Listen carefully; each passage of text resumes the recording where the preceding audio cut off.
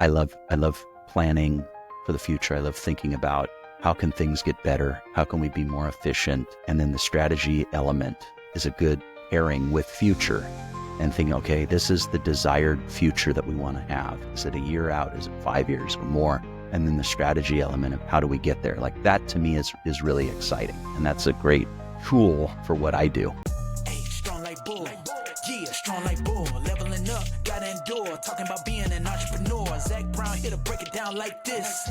Gonna talk about the come up in the big jump with his guests and the lessons they learned. Smart from the Start is a no-nonsense roadmap to building a thriving, successful business, avoiding all the trial and error. With this book, you'll learn why execution matters more than your idea, how to avoid cash flow disasters, and the secret to scaling a business that runs without you. If you're an entrepreneur, small business owner, or side hustler, Smart from the Start is your shortcut to success. Order your copy right now on Amazon. Available in Kindle, hardcover, and Kindle Unlimited. All right. Brent Daub.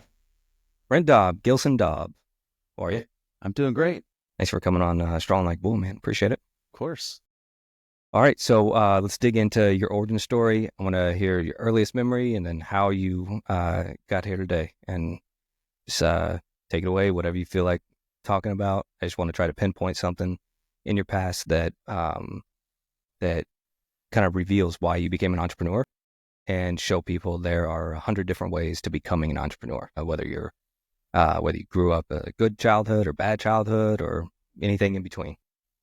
Yeah, so I grew up in San Clemente, which is the town that I currently live in and where our office is headquartered out of.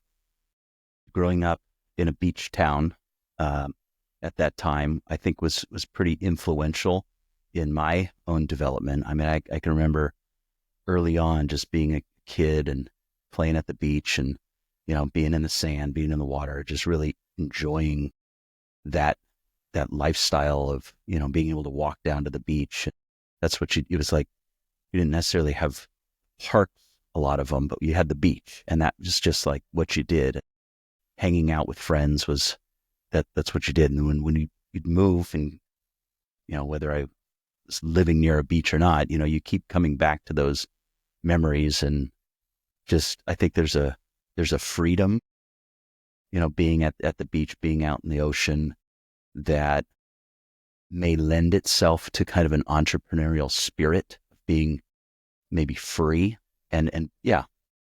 And so I think that probably had, some influence in my development. And, how you define success is not just money, but it's a life that you want to enjoy, and being able, to be free outdoors and, having that lifestyle where, surfing has some rules and principles, but it's pretty much an individual sport that you can enjoy it without you really competing.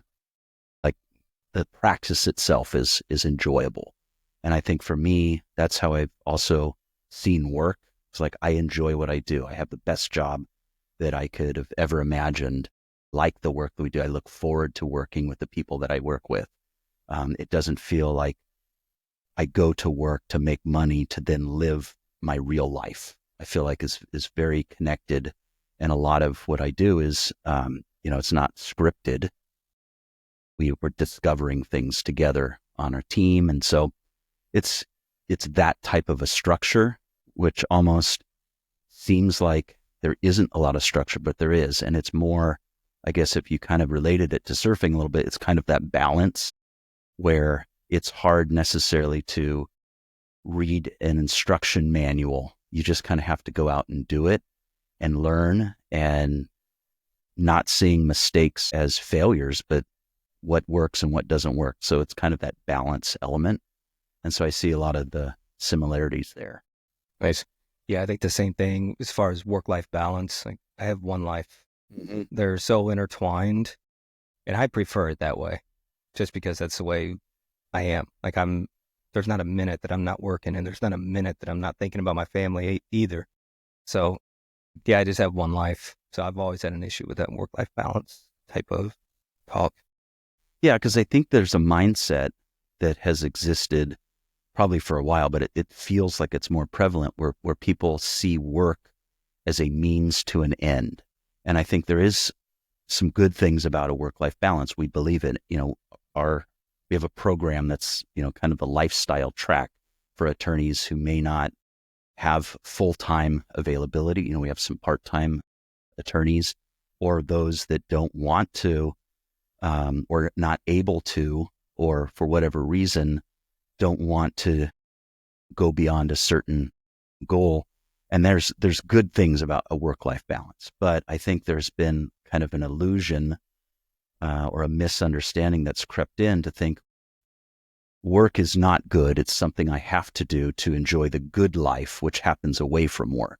And I think that has crept into some thinking, and it really, I think, holds people back from really enjoying work. I mean, I think there's a satisfaction in doing hard things or setting goals and achieving those goals. And when you see work as this labor that its only value is to give you money to go live the real life, I think you're missing an important element. Well said. Well said. So as a kid, did you have any jobs? Yeah. My first job, I think I was in 5th grade, and I delivered newspapers for the Orange County Register. And that was a real interesting experience looking back, because the money I was paid was not very good. But it definitely taught me a lot about hard work. And every day I'd come home from school and, you have to wrap the papers, and then you go out on your bike and deliver the papers. And, I was also played on our high school soccer team. So I was working, as a paper boy, all through that time. And I can remember getting out of practice, and starting to get dark, and I got to go home and wrap papers and then get on my bike and deliver them. And then every Saturday and Sunday and holidays, you'd have to get up in the morning and make sure that people's papers were out by, it was like 7:30 in the morning. So I can remember inviting friends over. Hey, you want to have a sleepover? And then in the morning, we're going to deliver papers. They agreed to that like one time. Exactly. Because who is a teenager wants to like get up at 5 a.m. and then help your friend deliver newspapers, and it's cold. But yeah. I think that work ethic was influential. I can even remember on rainy days, I convinced my dad to let me deliver the papers, and he'd drive me around. And I can remember, you're trying to heave this giant Sunday morning edition, and then it hits the sidewalk, and then the rubber band breaks and stuff. And then it's like, you got to get out. And he's like, yeah, this is someone's newspaper. They're looking forward to it. You got to make sure can't just leave it in the gutter or leave it spread out. And it's like, yeah, that's true. There's a quality expectation. And sometimes I wonder why I did it for so many years, but I think it was helpful. Yeah. Well, that's cool that you have that memory with your dad. That's cool. And it's good that you were learning those lessons very young, because I think that it's more impactful or more sticky if you learn it young during those development years, rather than when you're 19 or 20, or you just go into the workforce and try to learn those things. It doesn't have the same impact. Like people say kids are sponges, you know what I mean? And that's true not only for, teaching them how to read, but it's also true for stuff like that, you have to make sure that paper is in good condition, sitting on their porch rather than scattered over the lawn because a rubber band broke. I think it's a good lesson that probably stuck with you. Yeah. And then, you'd have to go out and try and get some subscriptions, and that was an interesting lesson in sales, because you go and get these sales, and then now you deliver their paper. You just sold them on this. And then I don't know how wise it was, but they required us to do our own collections. And so you have to go every month, knock on somebody's door, and then you get people who are skipping, they're like not answering the door because they know you're there. And you're like, I'm 13 years old. I need you to pay $7 for your paper. And then if they didn't, it'd come out of my money. It's not like I got any money from the paper company. Yeah. It was like every month I have to send cash. It was like an envelope, cash and coins into them. It had to be a certain amount. And then whatever was left over is what I get to keep. So if somebody hadn't paid in 2 or 3 months, like I'm the middleman for this newspaper as a 13-year-old How did kid. they track it? Did they track it with tickets? Yeah.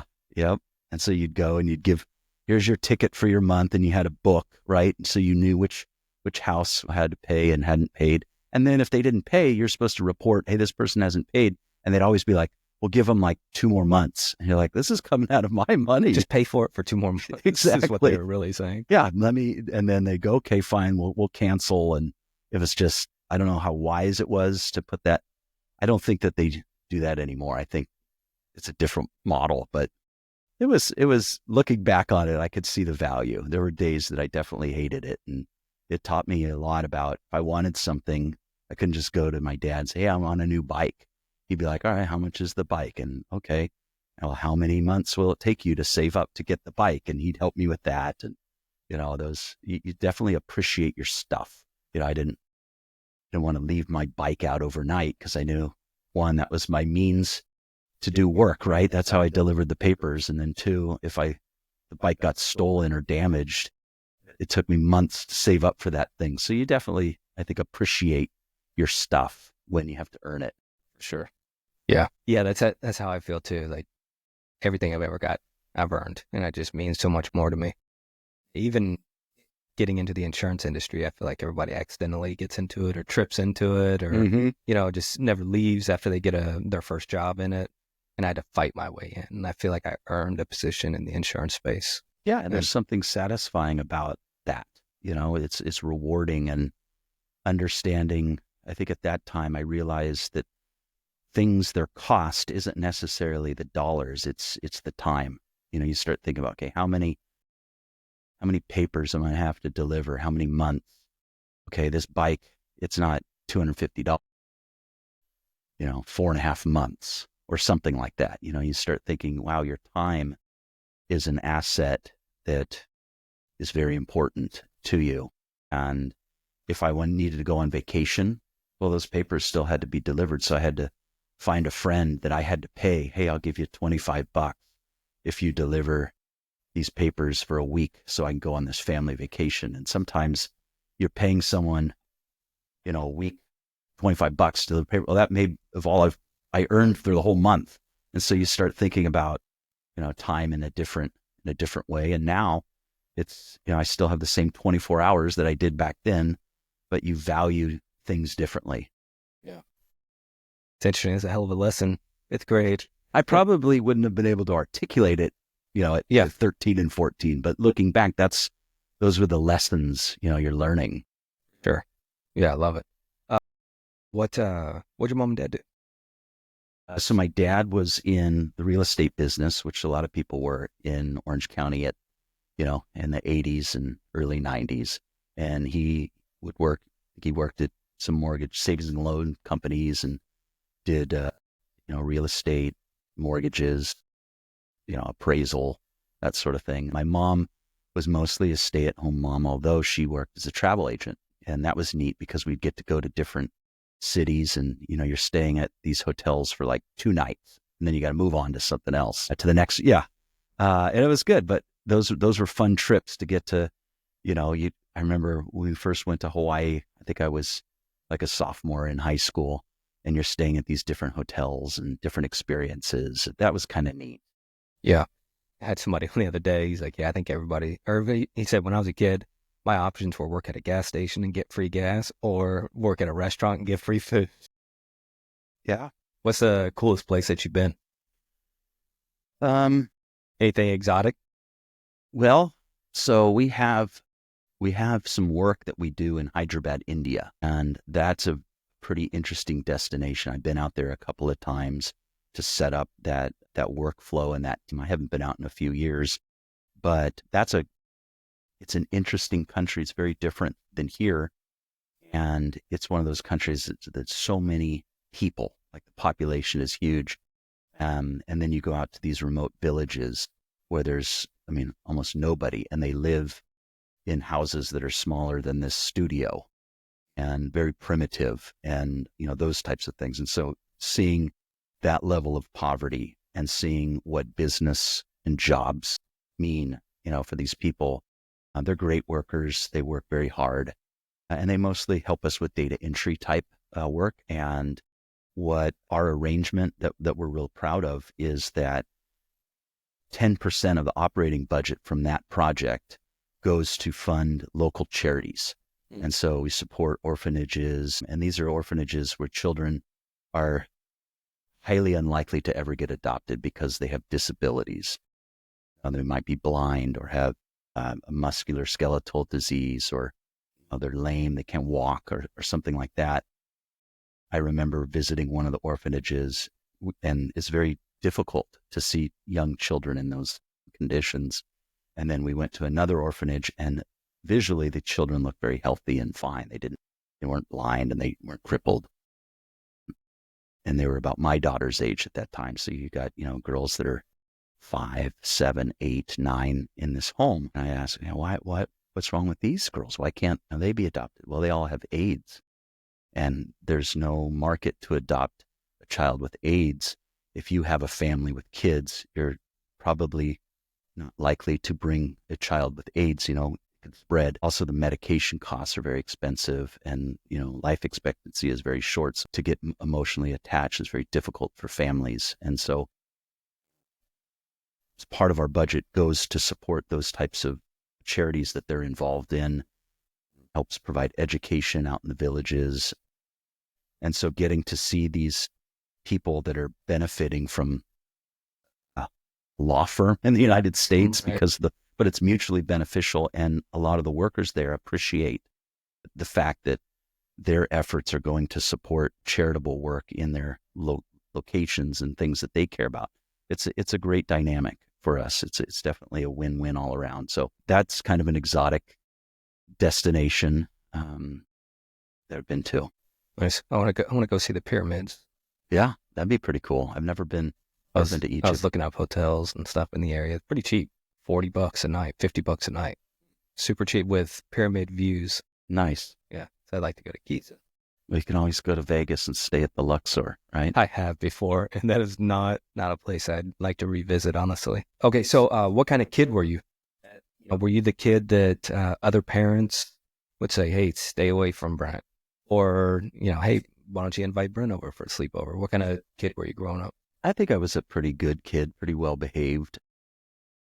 I don't believe that other parents didn't want their kids hanging out with me. I was a pretty good student, so I usually did well, mostly A's and B's. If there was a subject I really enjoyed, I'd get very interested in it and would excel in that. And, I thought about what I would want to do as a career. Being a lawyer was something that was interesting to me. And yeah, I think I was a pretty good kid. So, did you have any other jobs between delivering newspapers and becoming an attorney? Oh yeah, I had a lot of different jobs. I worked. So I went to college in Oklahoma. So leaving Orange County and going to Oklahoma was very different.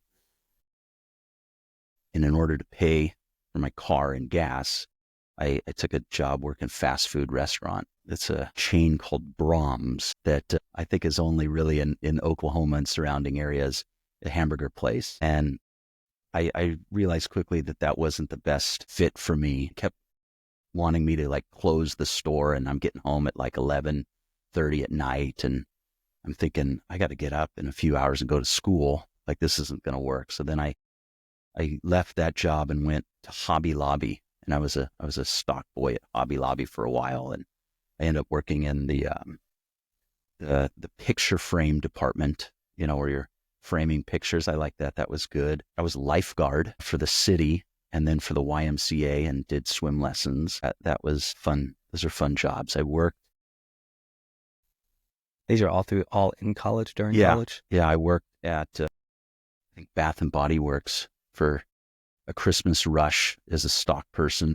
Seasonal employee. That was great because they were like, oh, you get all these discounts for gifts for people. And it was like, well, not all my friends would appreciate gifts from Bath and Body Works, but half of my friends would, the female ones, and my mom and sister. But that was kind of short-lived. And then my junior year of college, I ended up getting a job working for the Oklahoma County District Attorney's Office. And at that point, I was on the law school track and knew I wanted to go to law school. And so I had started that opportunity as, I think I was getting some school credit as an externship. And then that turned into a paying job. So my senior year, I worked full time at the Oklahoma County District Attorney's Office in the juvenile division. And then I switched all my classes to night so I could work during the day. And that was really helpful for a variety of reasons. One, just getting to see what lawyer life was like. I was working as like administrative assistant to the director of the juvenile division, which was really helpful because I could go into court, observe, what our attorneys were doing and talk to the judges. And then my mentor, his name's Wes Lane, he became the district attorney shortly thereafter when I was in law school. But he would take me to meetings and we would go meet with, the chief of police or the sheriff, the county sheriff, or the mayor. And as his assistant, I don't know that I was needed, but he gave me that opportunity to be in those meetings and kind of learn about leadership and what was going on in the community and, those types of things, and really opening up my thinking to the practice of law is a great work. It's a great career, but there's more that can be done than just handling cases. And I think that planted a good seed to be thinking in those ways. And he was very helpful and still is. We're still very close friends. Now that we have an office in Oklahoma City, I usually catch up with him and spend at least, an afternoon or evening with him. But yeah, that was really formative. And then once I got into law school, I moved back to California and went to Pepperdine. Then I think most of the rest of my jobs were law related, except I think my second year of law school, I took a job as a substitute teacher. They had need, and it was great because they'd call you up in the morning and be like, hey, do you have availability today? We got a math class that needs a substitute. And I lived across the street from the high school. So that was pretty easy if I didn't have school that day. And that was great. I enjoyed the teaching element. Pepperdine has the best baseball stadium in the country. It's beautiful. Right there on the cliff. Yeah, it's a great school. And I really enjoyed my time there. I'm still connected with the president of the university. His first day teaching our torts class was our first day being students. And so our careers, we've stayed in touch. It's great to see his success moving up from a professor to deanship and now the president of the university. And beautiful campus. All of our classrooms, faced internally without windows, so you wouldn't be distracted looking at the ocean. I think there was one classroom that did have ocean view, and beautiful. Super cool. Okay, so after Pepperdine, what was your path to Gilson Dobb? Yeah, so I got into workers' compensation right after law school. Had an opportunity to work. Well, I'm sorry, hold on, rewind. Why law school? Did you see A Few Good Men and just fell in love? Didn't you tell me that one time? No. Jag, you're a big fan of Jag? It's funny. Actually, law school admissions increase if there's popular lawyer movies or shows. Oh, no doubt. And I think it's the same thing with medical school. Mm-hmm. The shows that people watch inspire, but that was really wasn't. Well, that's funded by the government. So yeah, we're short on doctors. Hey, give $10 million to Hollywood. Make a show. Come out with an awesome doctor movie. But in college, my major was criminal justice, and also I added pre-law and had a minor in that. Thinking that you wanted to be a cop, or thinking you wanted to be? I was intrigued by the various directions that you could go. So yeah, you could take a pathway and become, a police officer or, a detective, or go into the FBI, or, I thought criminology was kind of interesting. I thought forensic science was pretty interesting. Obviously, law school was an exciting option. So I originally thought I was going to go into psychology, and then I started looking into, criminology and those types of things. And Those classes really interest me. And then once I started taking pre-law classes as part of that major, I was like, this is exactly what I want to do. Like really enjoy the case studies and understanding that sort of thing. And I like, negotiating, and I like trying cases and winning and, doing a good job for our clients and the justice, aspect of it. So all of those things I think were working together. I thought I was going to go into more criminal law, because of my background, working at the district attorney's office and, those types of things. And even in law school, I interned, at the Ventura County district attorney's office, for a year, and I enjoyed that. But, those jobs are different than working in the, the private sector. And so what's the number one tool or most useful tool in being an attorney? Like you said, a lot of things you found interesting. Is it being able to research very diligently? Is it being able to comprehend or retain information like a file cabinet?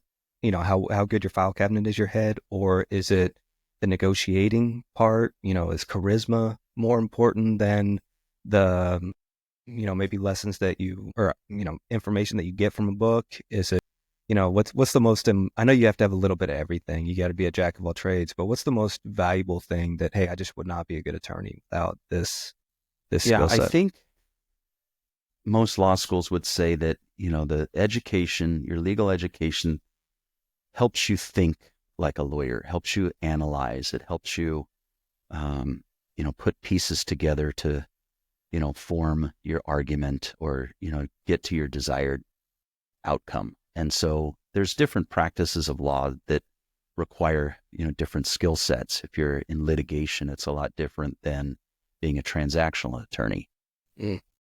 But all of those skills really kind of stem from this ability to, reason and to analyze and to think. Think about strategy, think about your client and the outcome that they're looking for and how to go about doing that. And so, there's a lot of good lawyers who don't have to do a lot of negotiating because of the nature of their work, or there's some that don't have to do a lot of research and writing. But I think for the most part, it's that analytical skill that law school, arguably prepares you to improve at. Yeah, I can definitely see how strategy or just a little bit of foresight, or being able to think a couple of moves ahead is that, all right, I'm going to go with this. I know for a fact this is how they're going to respond. What's my next move after that? And how can I play that up, or how can I leverage this? That would be the cool part for me.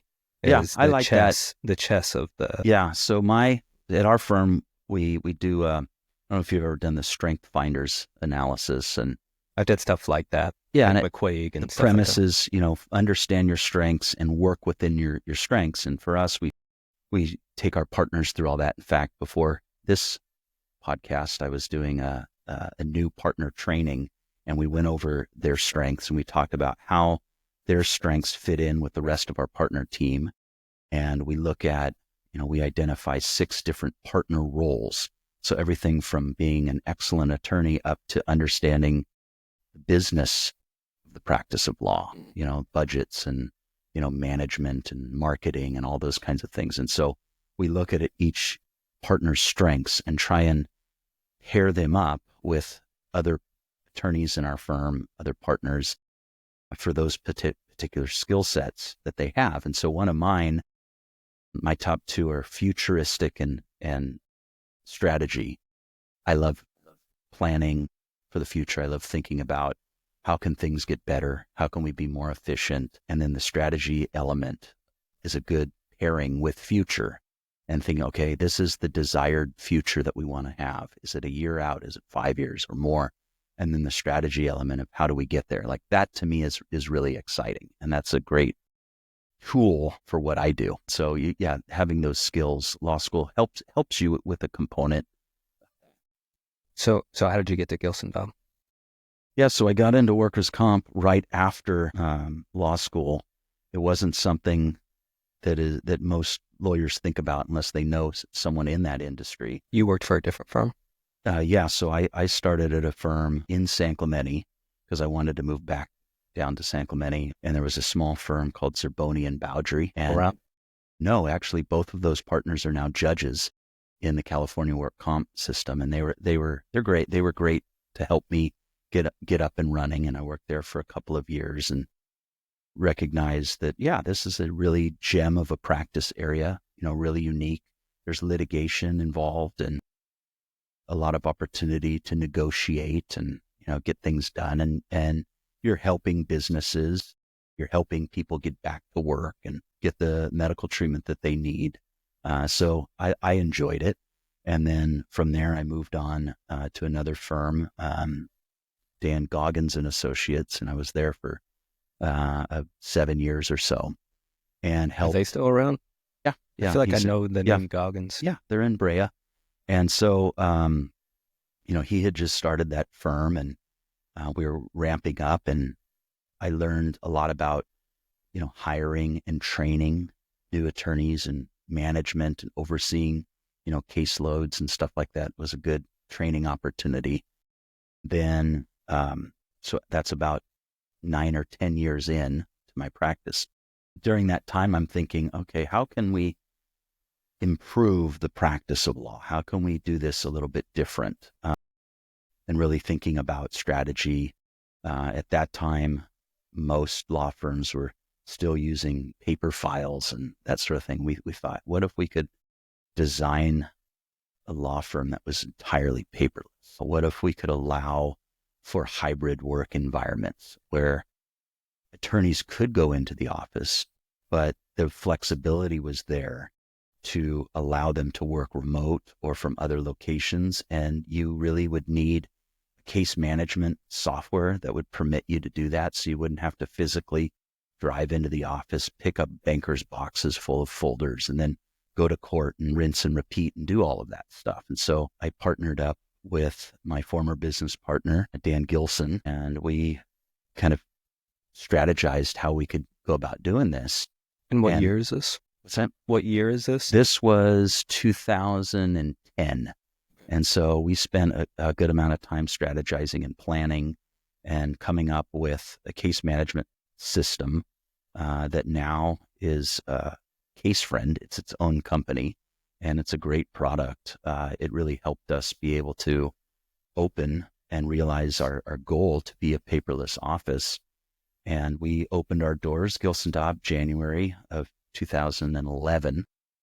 And at that time, we were, I don't know of others, but we were the only firm that I knew of that was entirely paperless and allowed for this flexible working arrangement. And we got some great clients and really, really took off. And it wasn't long after that that I started realizing that I'm doing more managing and leading than case handling. And, I think we had something like 700 or 800 files and I'm like, well, I can only handle 100. There's 600 other files in our firm that I'm not handling. What's going on with them?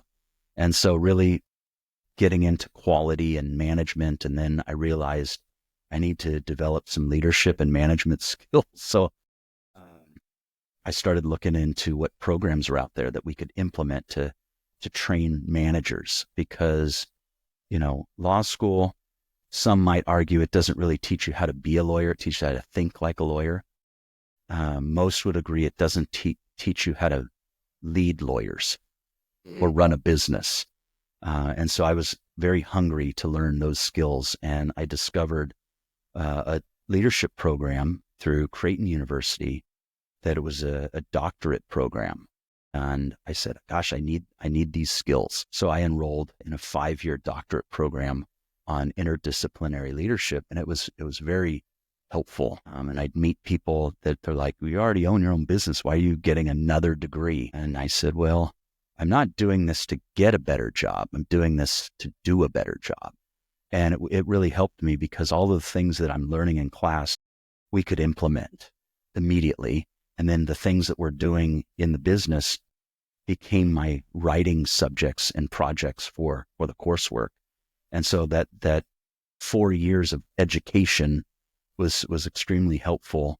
And then you have to write a dissertation. And I'm thinking, I don't have time to do a dissertation. Plus, what do I need this degree for? I'm not going to get a raise. You're not there for the paper. You're there for the lesson. And so I met with my advisor and I said, I think maybe I'll just be done. Like the classes were helpful. This is great. I got what I wanted.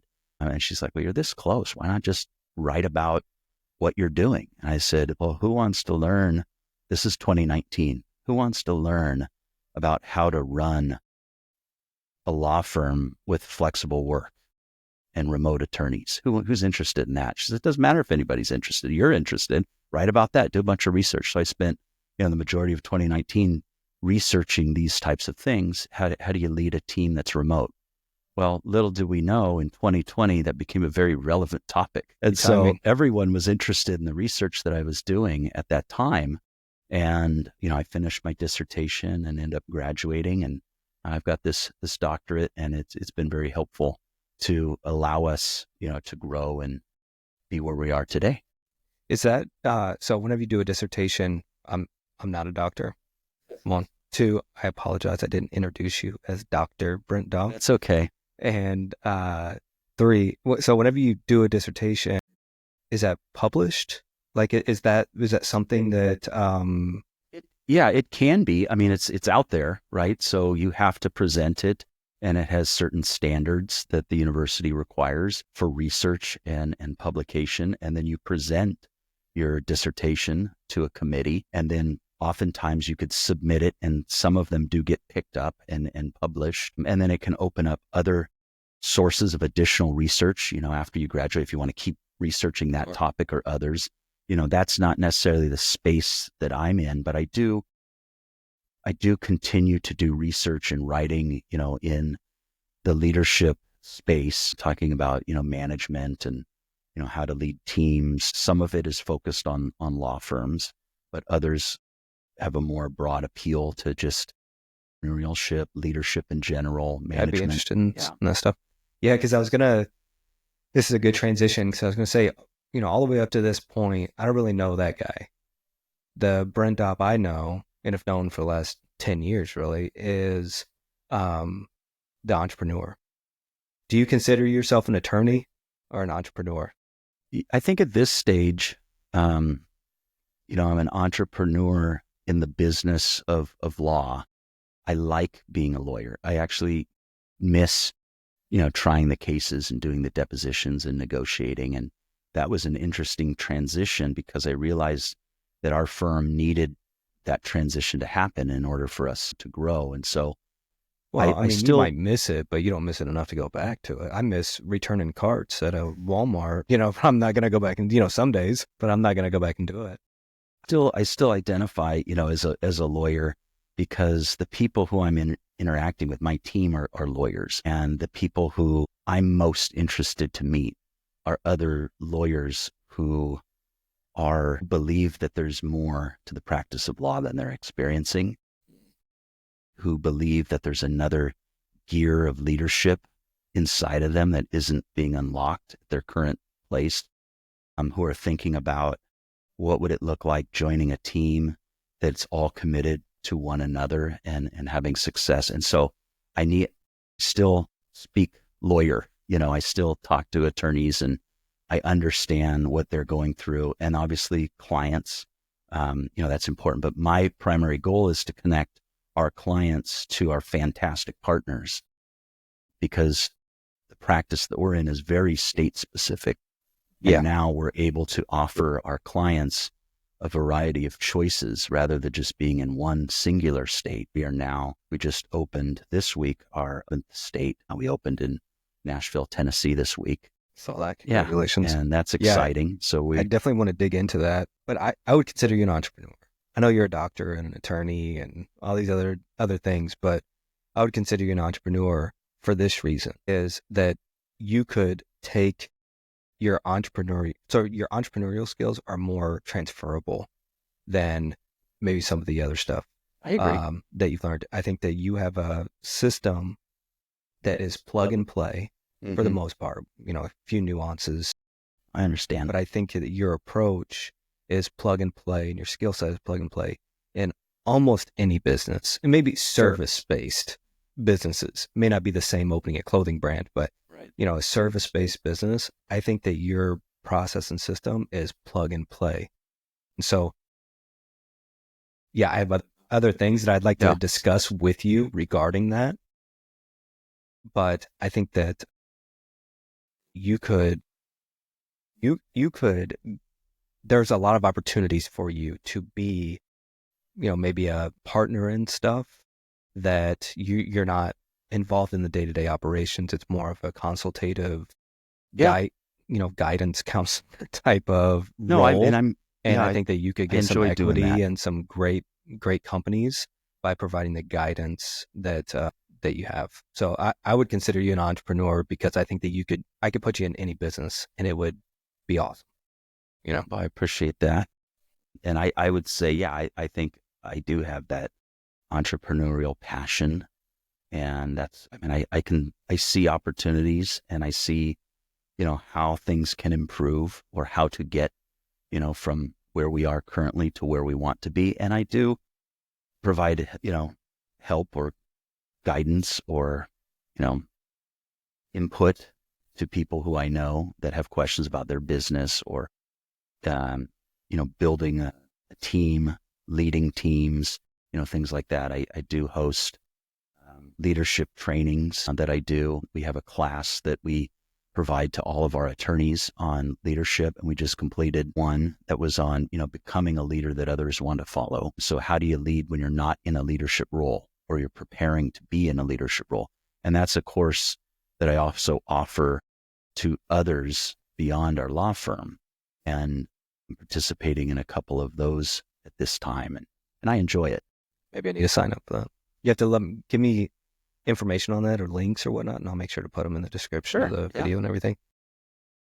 Yeah, I think that you're very well-rounded because the way I've always seen entrepreneurs is you can plug the word builder in. Anywhere you see entrepreneur, just put builder. Whether it's building up people or whether it's building processes or whether it's building a business or building.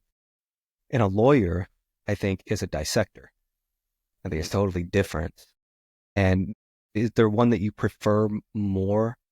Because it may depend on the day. As an entrepreneur, there's a lot more people involved. And in lawyering, there's a lot more book, analytical type of thinking. So lawyering, I feel like is like surfing. It's just you, and it's 100% on you if it's going to turn out well or bad. And entrepreneurship is like a freaking football team. The same guy can't throw and catch the ball. Yeah, I think that there is something inherent in the practice of law where I think there's a default pressure for solo practitioners, small firms, because of the client relationship where the client wants to go to their lawyer. And I think that's why you have a lot of smaller firms, or why you don't see a lot of small firms growing very fast, because the skill set necessary to be a good lawyer doesn't necessarily translate to scalability. It's a specialized business. You can't just go and hire anyone and plug them in. They have to go to law school, right? They have to have a law degree.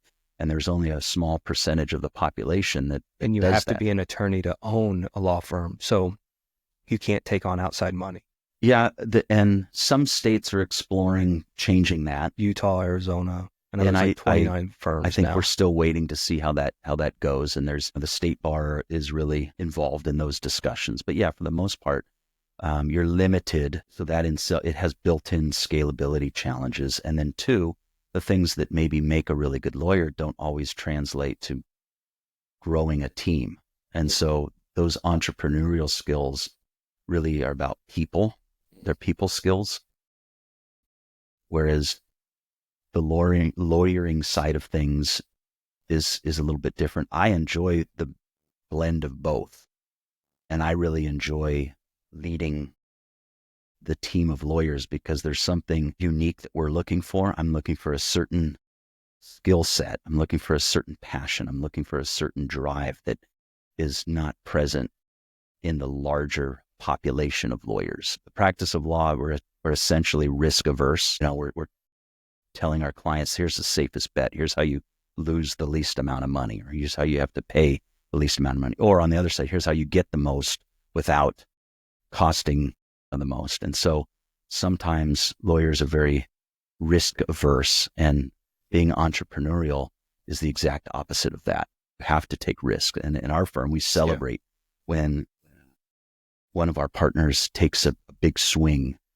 We celebrate that because they're overcoming this default that many lawyers have to control, to micromanage. And it's the fear of not being in control, or the fear of failure, that keeps them from, maybe hiring that other associate, or opening a second office, or going into a new state where they're not licensed. They can't control that work. That's very fearful. And I'm looking for some people who are thrilled by the excitement that there's more out there, and that they believe that they can grow.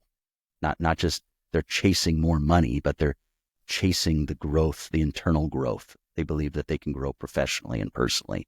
And so we're looking for those skill sets, because that's really, the entrepreneurial spirit is believing that I can improve this service or this product. I can help people. I can build teams that can be effective.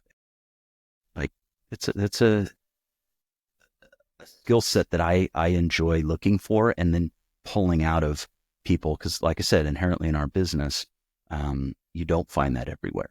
And I tell people, other partners of firms, other owners, I will share information about what we've done. It's not like it's a secret, but it always comes up to this point where it's going to require some risk taking, and that can be scary for people. And oftentimes, as we saw with I think nowadays, many firms are paperless. Many firms have embraced some kind of flexible, but they were forced to, right, because of the market conditions and the pandemic and these other things. But to go and intentionally seek out change, that's an entrepreneurial mindset, not necessarily a attorney mindset. Well, I love that you're willing to share that information with people, because I don't know if that's the approach that I take too, is that I don't see anybody as a competitor. Everybody is a future partner, or resource, or something, a friend, or, whatever. So I can appreciate that attitude. Not everybody does have that attitude, and it bugs me, but I can respect that. So it's because you don't have a fixed pie mentality. The fixed pie mentality is that there's this one pie, and it's in front of us. And the more of the pie that I get means the less that you can have access. Right. But that's not the way the world really is. I should say that's a limiting view of the world. We're thinking, how together with the two of us can we create more pies, right, and you need other people to unlock that. Otherwise, you're just operating from a very singular perspective and missing out. I think that you're right, that the default mindset of law firms is directly competing with scaling of the business. It's like you said, you don't see a lot of firms doing that. But funny enough, come across this. Attorney of the Month, Brent Daub, Gilson Dobb, San Clemente, from boutique to national, the Gilson Dobb evolution. So how do you fight nature, and how did you become a national firm? I mean, you're one of very few in our space. It's true. Very few. And we didn't set out to do this. In fact, when we had our initial vision was to create a statewide firm that covered all of the state of California. I believed I could do that. That felt attainable. And I thought, okay, we could have a couple of offices in California. Maybe one day we could have like 10 attorneys, and that would be pretty amazing. And we have, service every venue from, San Diego to Eureka, right? All of these places. And as we grew, we started having a lot of success. And our clients, I was talking to them, and they liked the service. They liked our model. They liked the ability that we could scale, that we could grow based on whatever their needs were. There's plenty of work out there, and clients need help. And so they started asking us, like, okay, can you handle work, in Northern California? Yeah, we can do that. Can you handle work, in the Central Valley? Yeah, we can do that. And then we had a client who asked us, well, what about Nevada? we're building this gigafactory in Nevada. And I thought, wow, here's an opportunity. I never had the thought to think beyond the borders of California at that time. And I thought, well, why wouldn't we do this? And I think that's where you push up against the realization, well, I'm not going to take the Nevada bar and become a Nevada attorney to take this work. So I have to adjust my thinking. If I'm going to pursue this, I need a lawyer who thinks like I do, who has the values that I have, who is focused on growth, who got this entrepreneurial spirit. I mean, is willing to come over when I have a promise of work. I don't have any Nevada files. And, we were able to find the right combination. And How? Like, that's my next question. Like, well, for us, you're looking for someone did you find a secret pool of these people that you're pulling from? Because now you're hunting unicorns.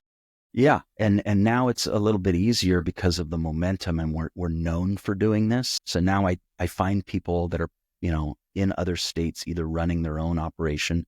Most of the time, they're partner level folks who believe that they could start their own firm, but they want to be a part of a team. Yeah. And that, I'm looking for that. So you're hunting those number twos, number threes of firms. Yeah. That makes sense. But at the time, we didn't have that reputation. This was all brand new. And so we found, I think, the right combination of someone who was looking to do something big, and I shared the vision of what could be.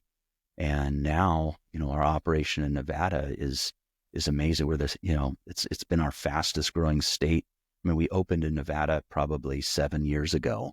And now, I mean, it's been our fastest growing state for like the last 2 or 3 years. And we're having a lot of success. Our managing partner, Matt Smith, out there is the absolute right guy for Nevada. He's got all the things, all the qualities that I mentioned. He's a fantastic lawyer. He's also a great leader of a team. I think we've got like 14 lawyers out there just in our Nevada office, and we're growing, and we're picking up the work, and, that sort of thing. And then, so that was your roadmap now. Yeah. And right? now I wouldn't necessarily do it the way we started Nevada and then our Kansas City office, Kansas, Missouri, with 0 files. That's longer runway. Yeah. So you learned what to do, but you also learned what not to do. Yeah. And I think we perfected what we're looking for. And it's really about, and this is what I think is lacking in a lot of law firms, a compelling vision with the strategy, how to get there, an amazing leadership team, very clear values, and a healthy culture. Like those things are really, those are our pillars, those elements. And so we're very good at knowing what those things are and finding people where there's 100% alignment with all of them. If they're not aligned with one of those things, it's probably not going to work out. And there's other firms for them. But the people who are hungry, see the vision, see themselves. So it's not just being hired. I don't hire people looking for a better job. We look for people who are looking to be better and to grow. And they see their personal vision in alignment with the firm's vision and all those other elements that I talked about. Okay. So here's my question. Because this is the selfish part of the podcast where I'm trying to learn something actionable. So whenever you went to Vegas and you were maybe meeting several people, trying to hunt that unicorn, did you have your pitch nailed down, or was it like, hey, let's have coffee? Like, hey, this is what I'm thinking. What do you think? Was it really off the cuff, or was it a very prepared type of thing? Because we have a business too where we dominate California, but we have an opportunity in Florida that I really want to capitalize on. And I'm definitely not the most prepared person, or like I'm not a big planner because I feel like things change. So I want to be nimble and be able to go off script and stuff like that. So whenever you went to Nevada, was it very scripted and prepared, or was it Like, hey man, I'm trying to find somebody that I like out here. What are you doing what are you doing the next 5 years? Right. I mean, I think you could probably interview Matt and ask him what his experience was. I think our vision was clear. I think we can articulate it better now. Our values have always been the same. Those are our core values, and I think those were clear. Our model has improved. Our structure has grown.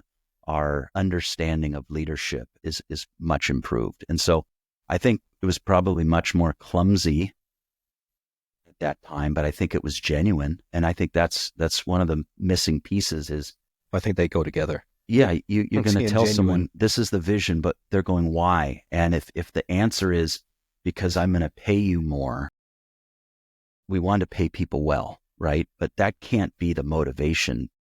There has to be something deeper. And so we try to communicate that. And we were very fortunate in the states that we've gone in to find people who we really believe are aligned with all of these elements. Now I think it's easier to articulate what those are. And I think you could ask our other partners, and I believe that they would be able to explain all of those 5 elements, not because they've memorized them or because we put them on a bulletin board or something, but we live those values, we live this vision and we talk about it all the time as a team. And it's something we want as opposed to just like a slogan that it doesn't carry a lot of weight. So when you're going and you're selling your vision, it's got to be compelling. The why, why does this firm exist? Why does this business exist? What are you hoping to achieve? And why should someone who's capable, because you want to hire capable people who have many choices, why would they want to, join what you're doing? And usually it's because of those elements are so compelling, where you find the right alignment. If you're just hiring a mercenary who's very skilled or talented, that can be fine to fill a hole in a job. But if you're looking for leaders, you're looking for partners. I see all of our partners and all of our attorneys as potential owners. And so if you're going to go into partnership with someone, you want to make sure you're perfectly aligned, because you're going to find yourself in a business relationship where if there is misalignment, there is the potential for divorce. Yeah. And that's messy, and you don't want to be in that situation. You got to make sure there's alignment from the beginning, and it really comes to being able to articulate the why. Why do you exist? What are you trying to accomplish? Where are you going? And you want to make sure that you can explain that to people in a genuine way, because the type of people who can help you get to where you're going, they're going to be able to sniff out if this is real or this is just they're being sold something. And if they don't sniff it out during the interview process, they're going to figure it out within the first month or two. That's like, oh, this really wasn't what I was thinking it was going to be. Yeah, I think being transparent and genuine is the number one thing in business. And I didn't think that at the beginning. I thought it was more like I have to be very well prepared and crafted and clean, and as far as like looking super nice and drive a nice car, like everything that you learn by watching the sales movies or whatever, right? And I think that that's just evolved, or the world has been so flooded with that people just appreciate an honest person. I mean, if somebody genuine, don't give me the corporate line. Yeah. Don't give me the vision that you have on a board somewhere. Right. Tell me the why. Tell me your why. I don't care about the why. Tell me your why. But that is important. Authenticity, is big. And it's the biggest missing piece in business. Yeah. I've always believed that business moves at the speed of relationship. Leadership moves at the speed of relationship. It's about people, and it's about those trust bonds. And so you may not have, fine-tuned, you may not feel like you can communicate real clearly, but people can sense that authenticity. And you can even say, look, I haven't fully mapped this out, or we're in the early stages, but this is my vision. This is my dream. And people will pick up on that. And if it's genuine, if they see the real thing, and when people feel like they're not seeing something genuine, then there's the opposite of trust. Then there's distrust. Then there's hesitancy, reluctancy. And maybe a client might be not ready to use you if you're not polished and you don't have all the other things, but they're not going to go with you just because you have something snazzy and you put a lot of shiny objects out there. We're big on don't chase shiny objects. Let's find what has real value. Yeah. And, you want to, being honest and open where you're at, I think that's the kind of people that you want to pick up anyways, that they're connected, they're aligned, they're passionate about the things you're passionate about. And that's how you grow and scale. So do you have a master plan hidden in your basement office, like on the wall, like you have the yarn with tags, like an attack of the United States, like what state you're going to go to next and conquer, and then you're just crossing things off the list in order? Is it that prepared, or is it opportunistic type growth? Like, hey, we'll go where the wind takes us, or it's both. We have a vision document that we have, a vision workbook, the values, the vision of the firm, those things remain constant. The next steps, the opportunities, those do change and they grow. But for us, everything is based on identifying the right people. And so leadership, business moves at the speed of relationship. I can't open in a new state unless there's a person that's there opening that office for us. And we're really selective in who we bring on to do this. And most of the time, it takes about 6 months. Conversations, phone calls, in-person meetings, and we're very transparent. And I tell them, look, this is more like us building a puzzle together than it is us playing poker against each other. I'm not keeping my cards close to the vest in anticipation of negotiating something at my advantage to your disadvantage. This is we're building a puzzle. All the pieces are out, and we're going to try and work it together. And you start, okay, here's the corner pieces. These are the essentials. Now let's build out the border. And then we work to fill it in, together. And so that is that whole relationship process of getting to know this person. Because I have to think about, I'm not hiring this person. What I'm doing is I'm hiring a leader who this person represents a team. Can this person build what I need them to build? It doesn't help me if I open in a new state and they're a good lawyer, but they can't be a good leader. Because if the one state I open just becomes one lawyer and they can't grow it, that's a missed opportunity. We're in the team building business. So I have to lay everything out and say, look, this is what we're about. And we have people that are like, yeah, that's not what I'm looking for.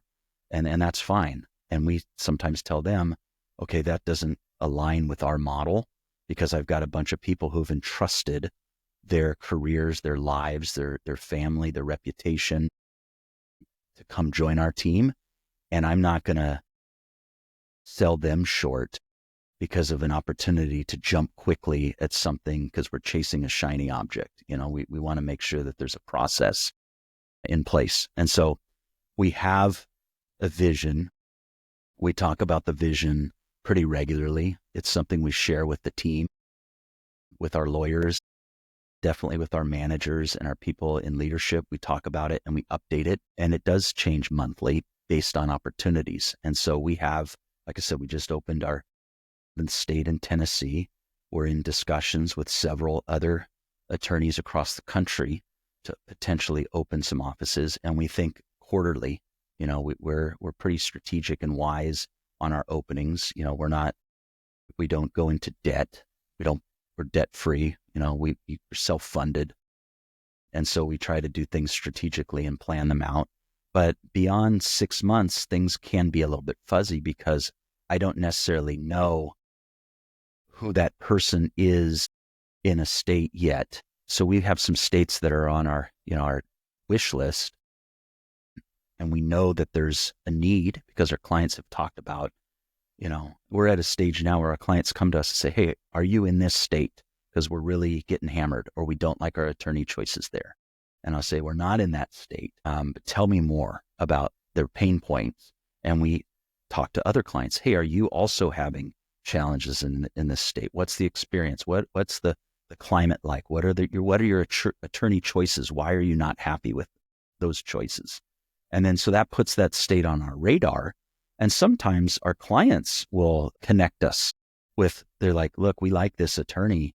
We think it's a misalignment with the firm that they're in because we think that they would be a good fit for you. And sometimes that's the connection.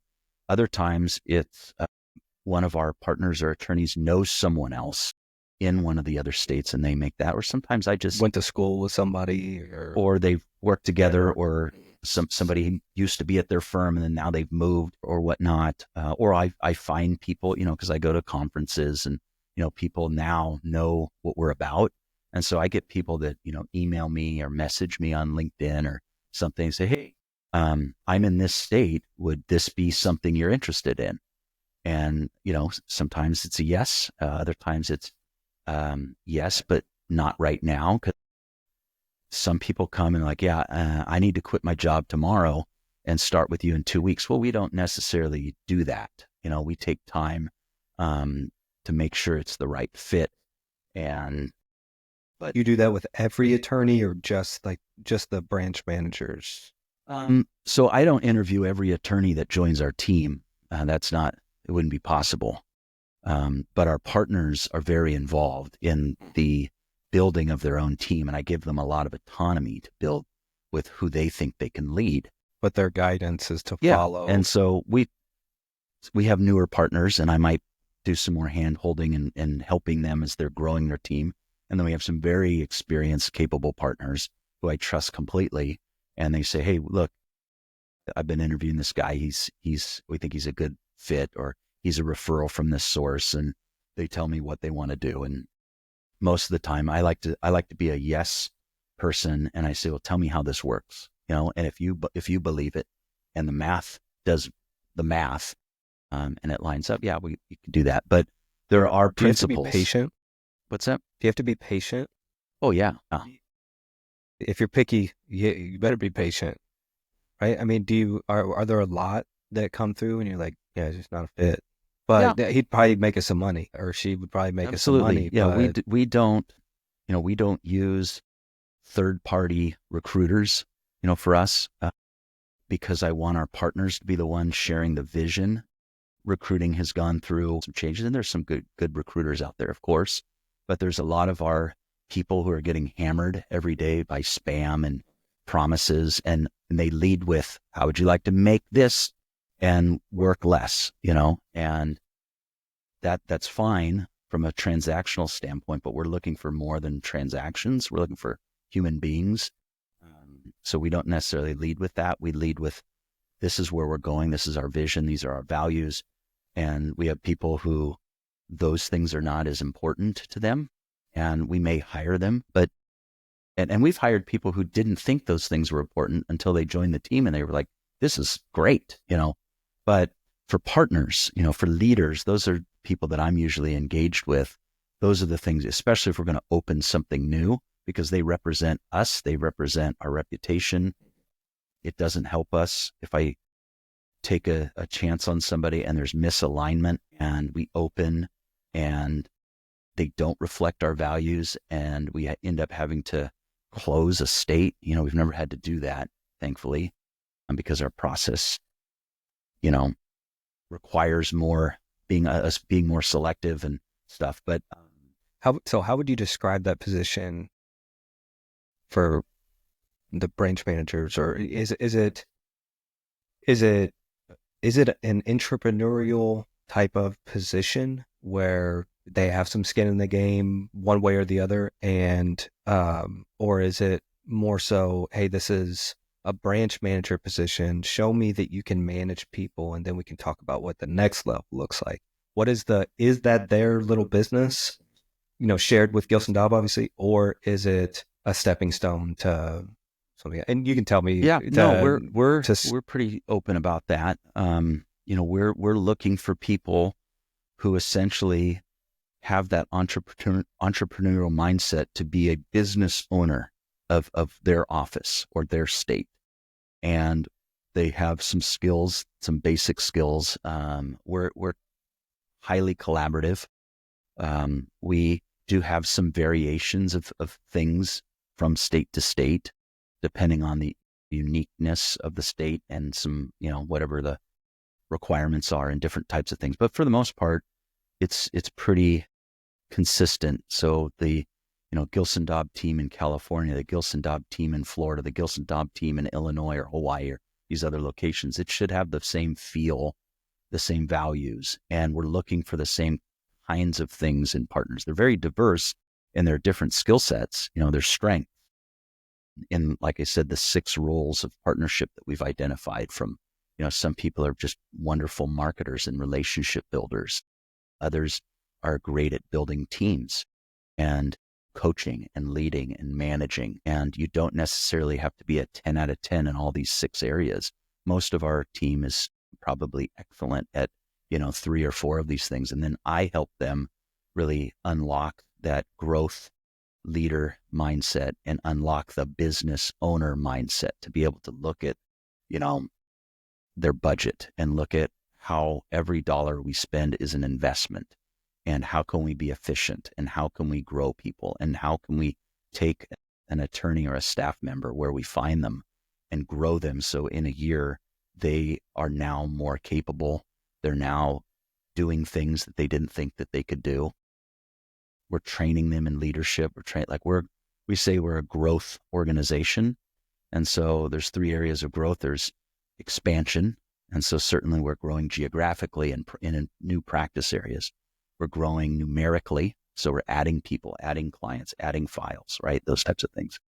But then the most important area of growth is the people, the professional and personal growth. And we tell people, you come to Gilson Dobb because you want to grow as a person. You want to grow and see what you can become, what you're capable of. And we want to help you reach those goals. And we sit down with our partner team and our leaders, and they identify their own growth goals. And we say, okay, where do you want to be in 6 months? Where do you want to be when it's July 1st, 2025? And how can we set those goals? And then we go through and we say, how can we make them specific? Because if you ask people, okay, what do you want your goals? They'll say, I want more work, or I want more clients, or more. And we use these very generic, vague terms about more, less, better, right? Well, and the reason we do that is because if I give you a number, then now there's a risk of failure. If I say I want more offices, okay, and I open 1 more, well, that's more, right? So I didn't fail. But if I say I want 5 more dates in the next, 12 or 16 months, and we wouldn't do this because why do we need 5 more? Let's do the right ones. It might be 2, maybe 2 is the right number. But the point is, if you have a number, now you've committed to something that you can fail. And we say, stretch that goal. Why is it 2? Why do you want to have 2 new clients in the next 6 months? Okay. And how can you serve what kind of clients? Not just because you have a client doesn't mean, is it a big client? Is it a small client? Are they national? Are they local? What are their needs? All that kind of stuff. Yeah. And those types of things, right? What are their demands and expectations? And so we ask that they quantify it with a number and then put a time by when, right? So we get away from this vague goal setting of just more, better. Yeah. It's like, okay, let's define that. And then let's set that as our target. And how do we work and how do we measure it? And then it requires us to step out of that comfort level that we want to be in. And we say, look, we're growth oriented. So if you choose growth, you have to say no to comfort and control. So you can have control or you can have growth, but you can't have both. You can have comfort and you can have growth, but you can't have both. Growing is inherently uncomfortable because it's stretching us, it's challenging. Growing essentially requires us to release a measure of control. And we want to celebrate when our team takes these risks, even if they don't work out, because we're flexing that growth, we're flexing that strategy muscle, that, like I said, inherently the practice of law wants to play it safe, is risk averse to change. But we celebrate calculated, we're not making reckless risks. They're calculated and they're proven based on metrics and models that we know work. But we want people to grow. And I'll tell you what, when you set a real stretch goal beyond what you even think is possible, you're like, man, that's stretching. I want to believe I can do it, but I'm not 100% sure. And you meet that goal, that is tremendously fulfilling. It's far more fulfilling than someone just giving you money or, oh, you got a direct deposit. I mean, we don't even get checks anymore, so seeing it just shows up in our bank account. And people forget about that in a week or maybe even the same day because we're paying bills and now it's all gone. But there's something that they can't take from you when you set a goal yourself. I could come in and I could tell the partner, look, I want you to, bring in 2 more clients or hire 2 more attorneys this year or be more profitable. I could tell them that. But we have them set the goals for themselves. And then when they achieve it, that's the goal they set. And oftentimes they set the goals for themselves far beyond what I would be satisfied with. Right. And then they come back and we celebrate as a team. And like I said, we also celebrate when we tried something and it's like, okay, that didn't work the way we thought, but there's no shame because we took a risk and it was a calculated risk. What do we learn from this? It's not failure. Yeah, there's definitely some psychology to that. Like you said, a bonus check goes straight to your bank account, direct deposit. People have short memories when it comes to those kind of things nowadays. And I think I even brought this up to you maybe a few years ago, but we were trying to come up with a compensation plan, and we were considering buying people trips versus bonuses. Say we were going to bonus somebody $2,000. Like you said, go straight to their bank. They got a short memory. A couple months now or a couple quarters from now, they're going to be requesting a raise. But if you send them to Cabo for $1,500 versus $2,000, they're going to have that memory, and I think the appreciation goes further than just a dollar amount in that direct deposit. And there's research to support that. I think if you surveyed people and you asked them what they would want, the majority are going to say, oh, I want more money. And we're not going to use this as an excuse not to pay people for what they're worth. The illustration that you brought up is correct, that you're not going to take a selfie of you logging onto your bank account and seeing a number. Or like I said, even if you got a check, you're not going to, hey, look at this check, right? But you have experiences and you're going to have memories and you're going to go, I remember that trip. I remember that time. And it carries value longer. So yeah, you're right on that. And we've done that in the past, and we're always thinking of, innovative ways to thank people, reward people, incentivize, those types of things. Similar as far as financially, it's usually financially similar than, giving them a bonus, sending them a trip or whatever. Like those dollar amounts are typically in the same arena, if not more affordable. Okay. So let's go back to, I wrote down a bunch of questions, but let's go back to Nevada. Actually, let's not talk about Gilson Daub. I want to talk about entrepreneurship in general, because a lot of people that watch this are not lawyers. So I think general advice, not generic, but general advice that is evergreen, maybe if they want to start a business or they have a business, how they can implement it. And we can just talk about my company that we want to go into another state.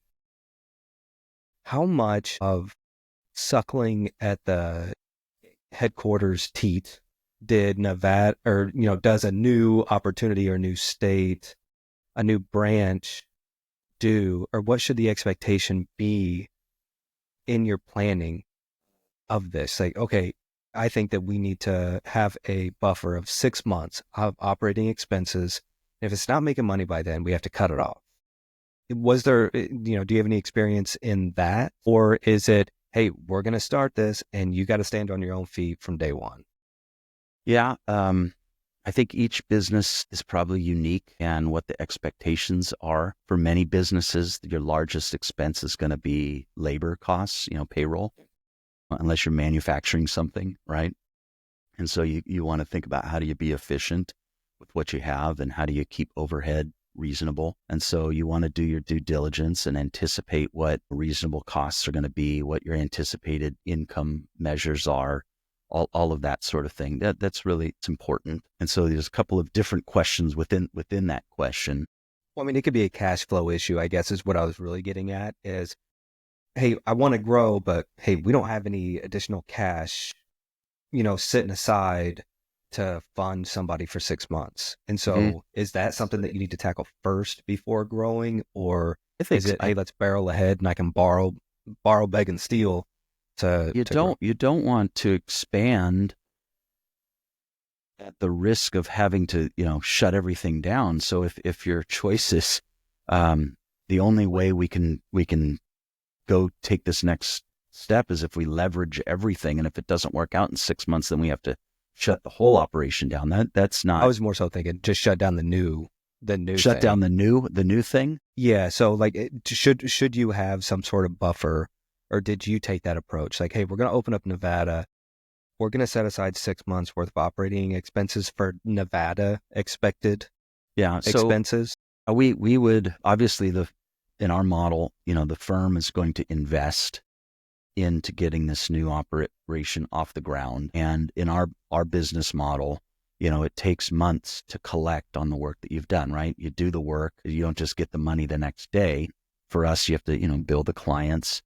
Those clients have guidelines, and maybe you can't even submit your bill until 30, 60, 45, 90 days, at some measure. And then you have to wait to get paid. And then, so you could start an office in January and you may not even get checks until March, and then you don't get the full amount. It just kind of staggers out. So you have to be, I think, prepared for, at least 6 months, maybe even 12, if you're going to do that kind of investment. And again, this goes back to, we're building this puzzle together.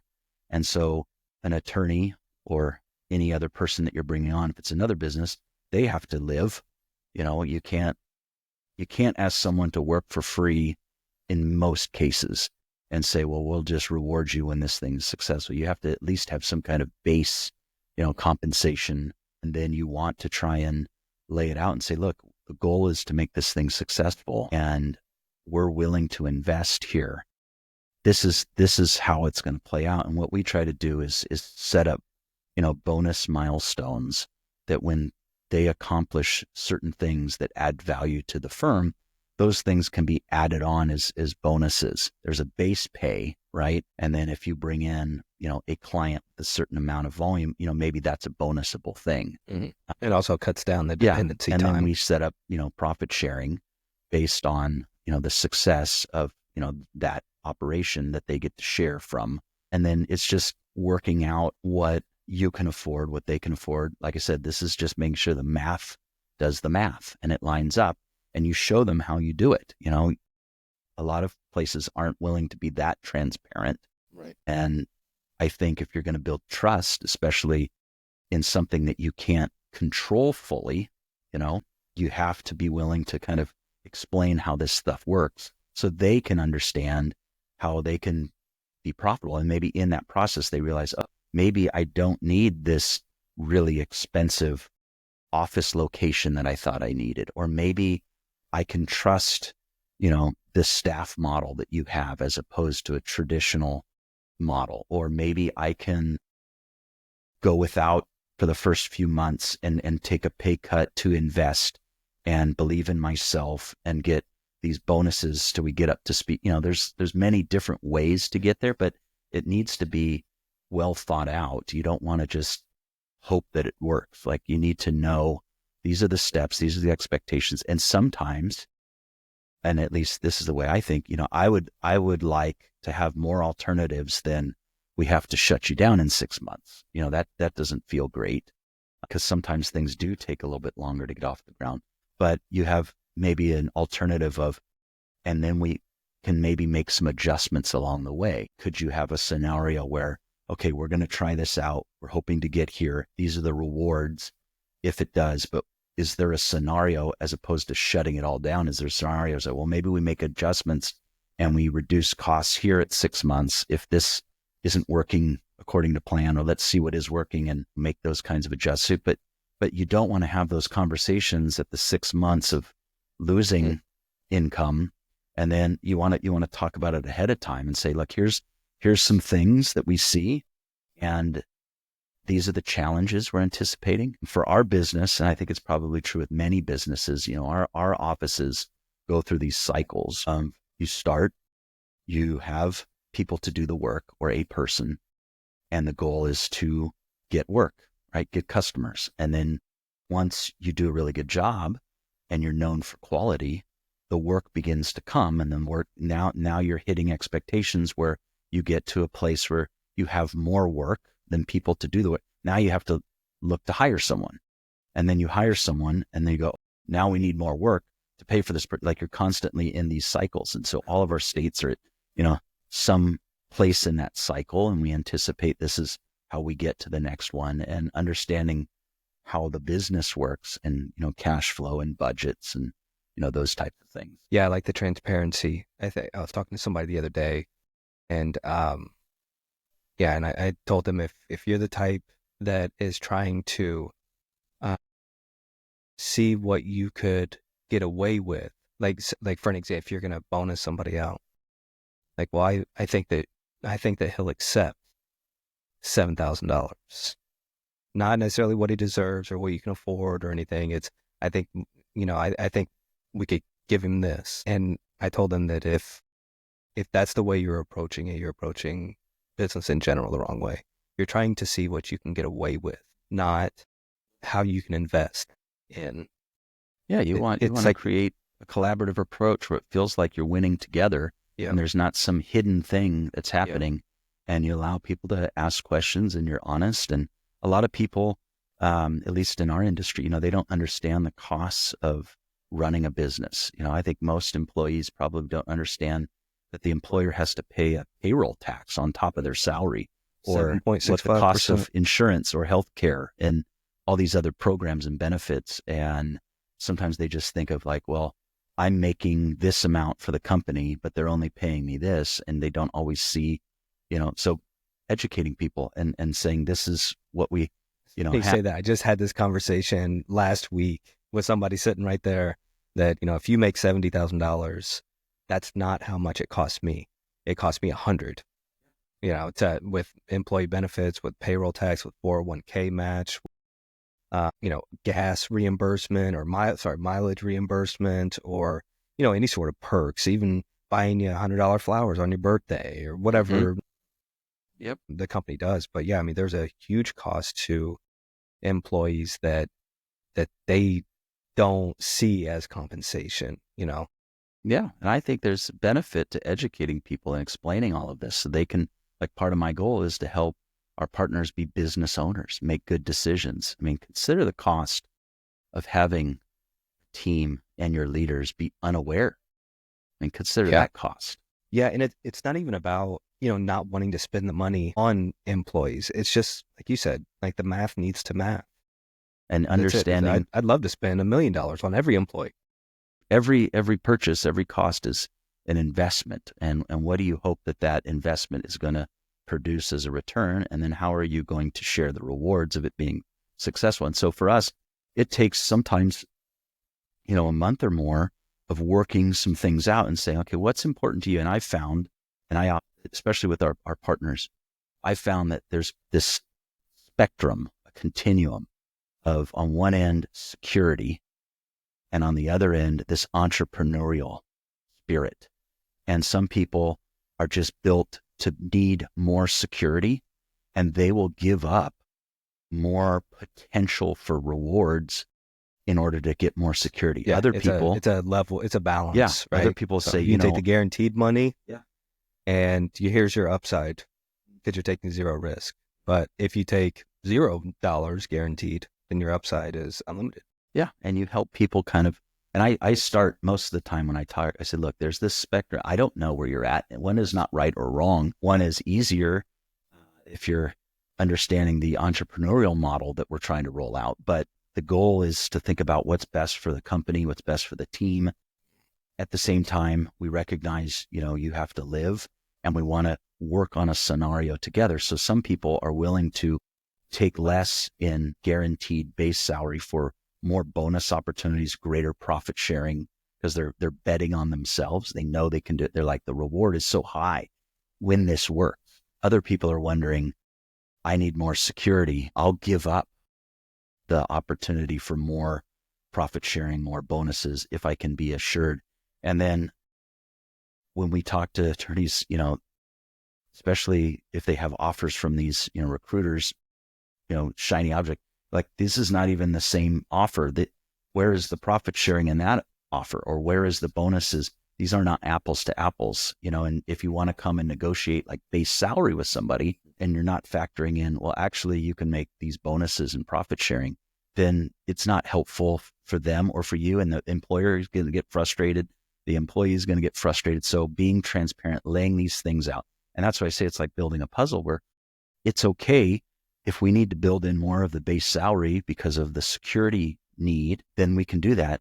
What do you think is fair then on the bonus side, or what, and so I like to keep some kind of incentives and bonuses for things that add value, even sometimes things that are difficult to measure from a financial standpoint, but they add value. I want to reward that. I want to reward people for doing things that add value to the team, Yeah, it doesn't sound like you're looking for high paid attorneys. That's not what you're creating. You're creating high earning entrepreneur. Yeah. And the people who have been in our program, they're doing very well for themselves, but they've put a ton of hard work in to make it happen. And that's the right kind of entrepreneurial mindset. So, okay. So you mentioned profit sharing. Did you explore or brainstorm or have a think tank, or I'm sure you've come across a bunch of these in your, during your doctorate and all of that. But I mean, you have salary, you have bonus, you have commission, you have equity, you have phantom equity, you got profit sharing, rev share, franchise models, white labels, advisory shares. Like there's a bunch of different things. Did you look at all of these different options and settle on some sort of profit sharing, or like, hey, that's what I went with, and now we're too far down the rabbit hole to switch it up? But I mean, a few of those I would say that you could mark off anyways. So salary and bonus, you're not looking for somebody that wants that type of position. That's not what we're hiring for. We're hiring for high earning entrepreneurs rather than highly paid attorneys. Equity, okay, not an option.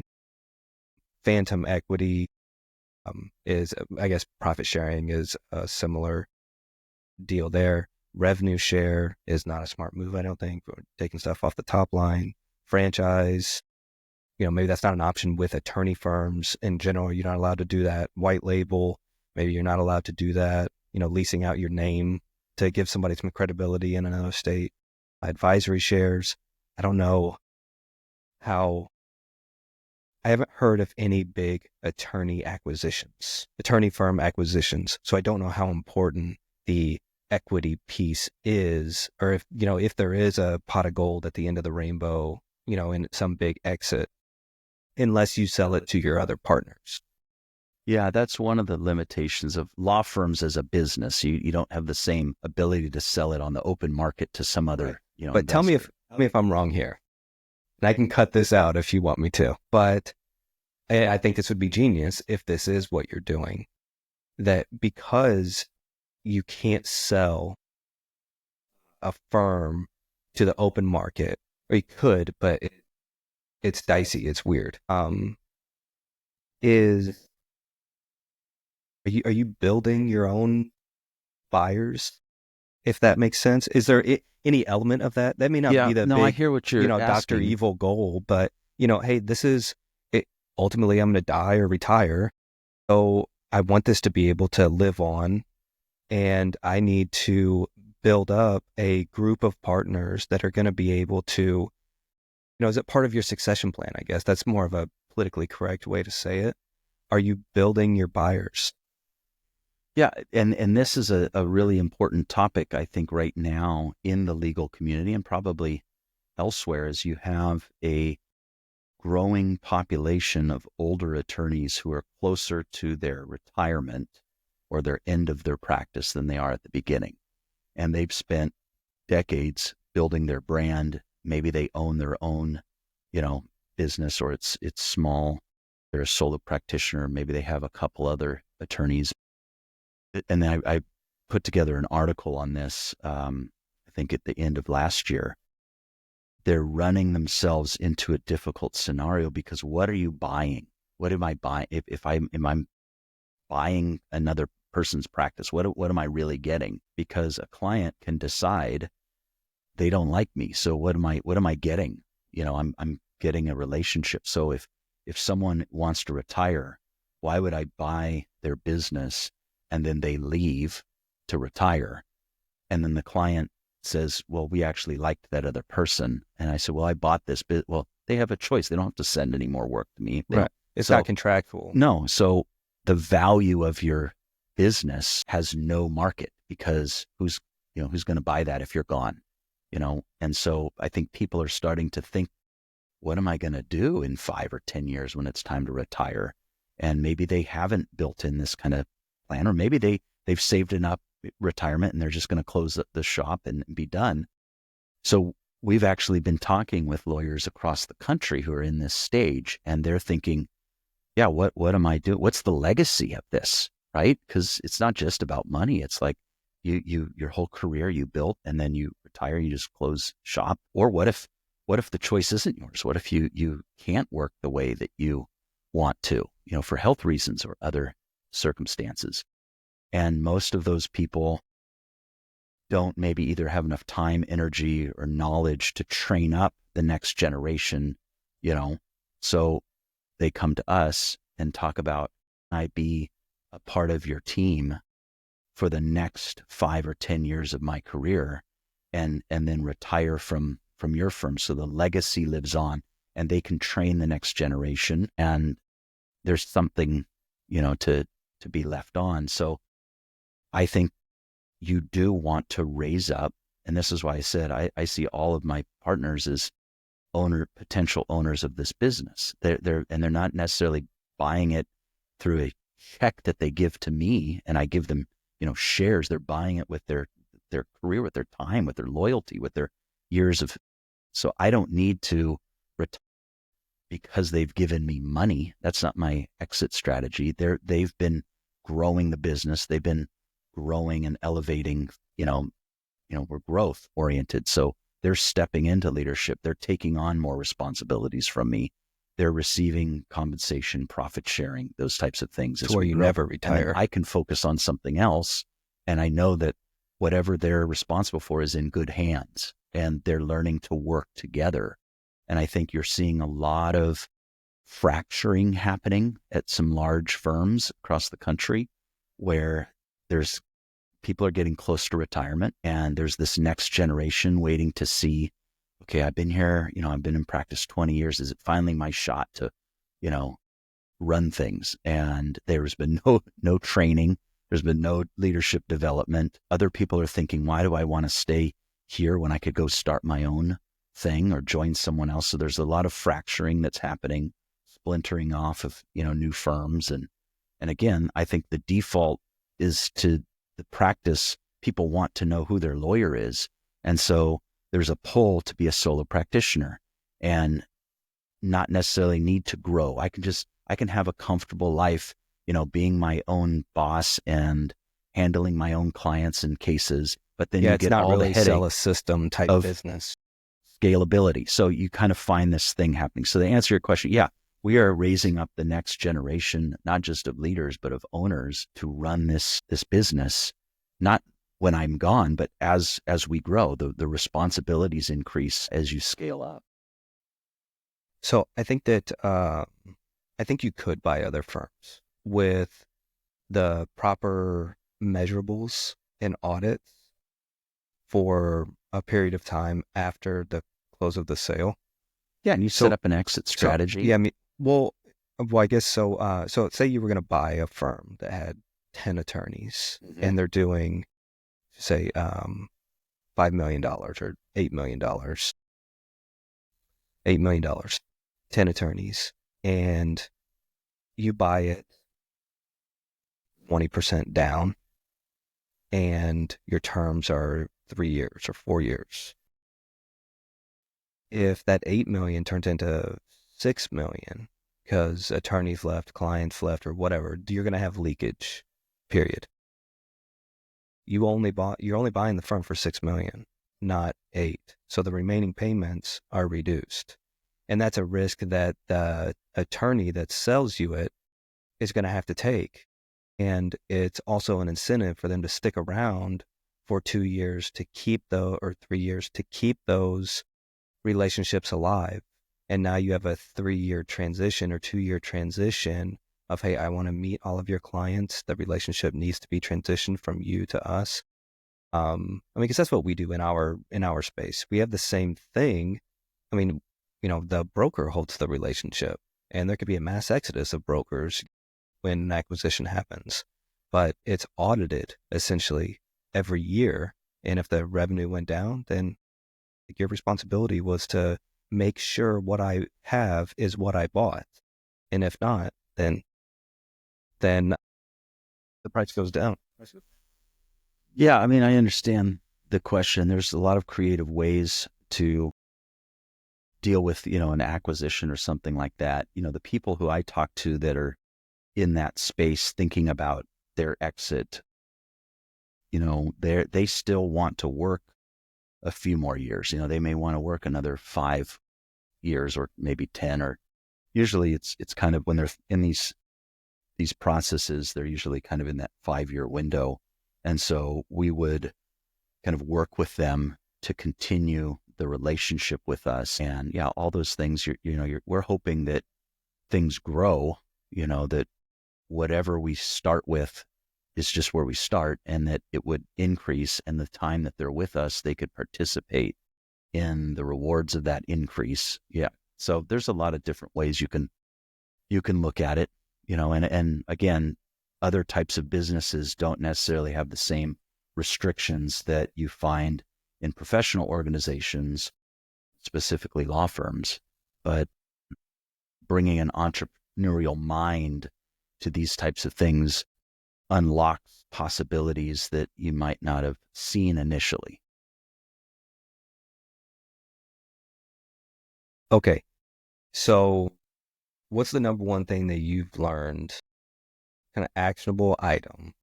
I know we've really focused on, leadership and getting the right people in the right positions, but what's the biggest real world challenge? And what's been the biggest headache of growing? Is it the frustration of not being able to find people, or the frustration of dealing with every single state, trying to keep all that crap straight? Or what's been the biggest real world challenge? Not a lot of this stuff good leadership, finding the right people, all of that is business practices in theory or strategy. But what are some of the day-to-day stuff that has been the biggest frustration of growing, so people can avoid it, not be prepared for it? And I think each of our states have their own unique challenges. Like I said, some of our states are newer, and they may identify their biggest challenge right now is finding, new sources of work, right? New clients, new accounts. Others are very successful in that area, and their biggest challenge is finding capable workers who align with, the values and things like that. I think we're really fortunate that we have this great alignment and culture within the leadership team at the top. So all of our partners, they may not talk to each other every week. I'm pretty much talking to all of our partners at some level, at least a minimum of every week, checking up. We're strategizing on things together. We have, monthly meetings where we talk about performance and goals and all those kinds of things. What I hear from people who are looking to join the team, especially people who are successful lawyers in other places, their biggest frustration tends to be that lack of healthy leadership and culture at the top where they're at, where there isn't a clear vision other than just make a lot of money. It's not compelling vision, or there aren't real values other than some things that you read at the onboarding or on the website, but that is eroding confidence with those people and thinking, do I want to spend the rest of my career working in this kind of environment? And what does that future look like? That, I think, is a frustration that I hear a lot. And I think to answer your question about someone who's thinking about building a business that's going to be more than just you working for yourself, when you're thinking about scalability, building a team, I think the people who you select to work with you, whether they become your partners or co-owners or, just top leaders, I can't state strongly enough how important it is that there's alignment with all of those core pillars that I talked about: vision, leadership, the values, the culture. Those elements are extremely important, because when there's disagreement and misalignment at the top, it filters down to the organization. And that's where mistrust comes in. That's where infighting comes in. That's where politics come in, and maneuvering and position and leveraging. And eventually it can become toxic, where you have a business divorce. And one, that's expensive, but two, that's very emotionally painful to have a business go through that. I mean, people are putting their emotions, their passions, their time into this thing. And so I would spend a lot of time in thinking about who you're going into business with and who you're bringing in at that top level, and make sure that you're aligned with them. Because if you're not, no amount of financial success is going to make that healthy. In fact, we've seen businesses or firms start and they don't go as well, and then they fail, and then they're just gone. But what happens is people feel trapped if it looks successful, financially successful, but internally it's toxic, and people stay there because they're afraid, well, what am I going to do if I leave? So to answer your question, I think that's a really big challenge in business today. Because if you have a good model and you have the right people, healthy things will grow, but you can have growth and it still have leadership issues, and the success can mask some of those things where you're like, yes, we're successful, but only if you're looking at the metric of dollars. The other stuff, is in the very toxic, unhealthy stuff. So I think that answers the question. It does, but I need to push back. Yeah. I need to push back a little bit. Or actually, a follow-up question. I'm from Indiana, so I can't think of a better word. The pickiness, the being so selective of who you bring in, from my experience, that is a luxury of being big. When you're first starting out, bootstrapping, you don't even offer employee benefits type of gig, you don't necessarily have the biggest pool of people to choose from. And so, was that your experience as well? If you could go back and do it again, would you do it differently? Is it, well, it doesn't matter how long it takes, find the right person because you don't want to deal with those? Or is it, hey, some of that shit you just have to deal with That's at true. the beginning? Yeah, that's true. And you're still going to have challenges. I mean, we say that trying to eliminate all sources of disagreement and conflict is not attainable.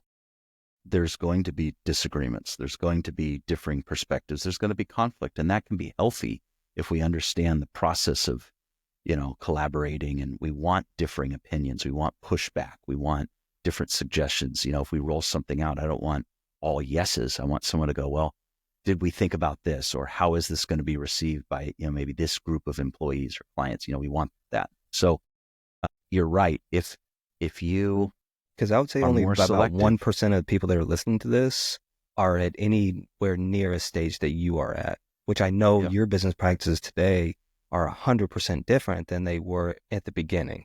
Right? Yeah. And we started out and we did not probably have access to the most experienced leaders. So you have to start with where you're at. And the good news is there's a next generation behind all of us, and there are hungry people who want to learn, and you can bring those people in and grow them. So you don't necessarily need to wait till someone is the perfect match, right? You bring them in where they're at and see, are they teachable? Are they trainable? Are they aligned? And then you can promote. Like, I think it's more exciting for us to promote new partners who have been with us and demonstrated the values and are having success. That is really rewarding. It's also exciting to bring in others who are new to the team. But if you're starting out, you're not going to have the luxury of being able to afford or maybe even attract, because you're new. You don't have the track record. I guess that's my point. Yeah, to pull someone who's very successful at what they're doing in your industry to leave where they're at for the hope, the promise that what you're building is going to work out. So you're not really selling your track record, you're selling potential at that point. It gets, yes, it just gets tough. Yeah, especially if anybody that's established, they're not going to want to give up what they have for something that could be. Yes, of course. Right. And there's a trade-off of saying, okay, the reason I would go be part of a startup is because I believe in what it could become. And then that future in 2, 5, 10, 20 years is going to be better than remaining where I'm at currently. And so they have to believe that. Otherwise, why would they make the leap?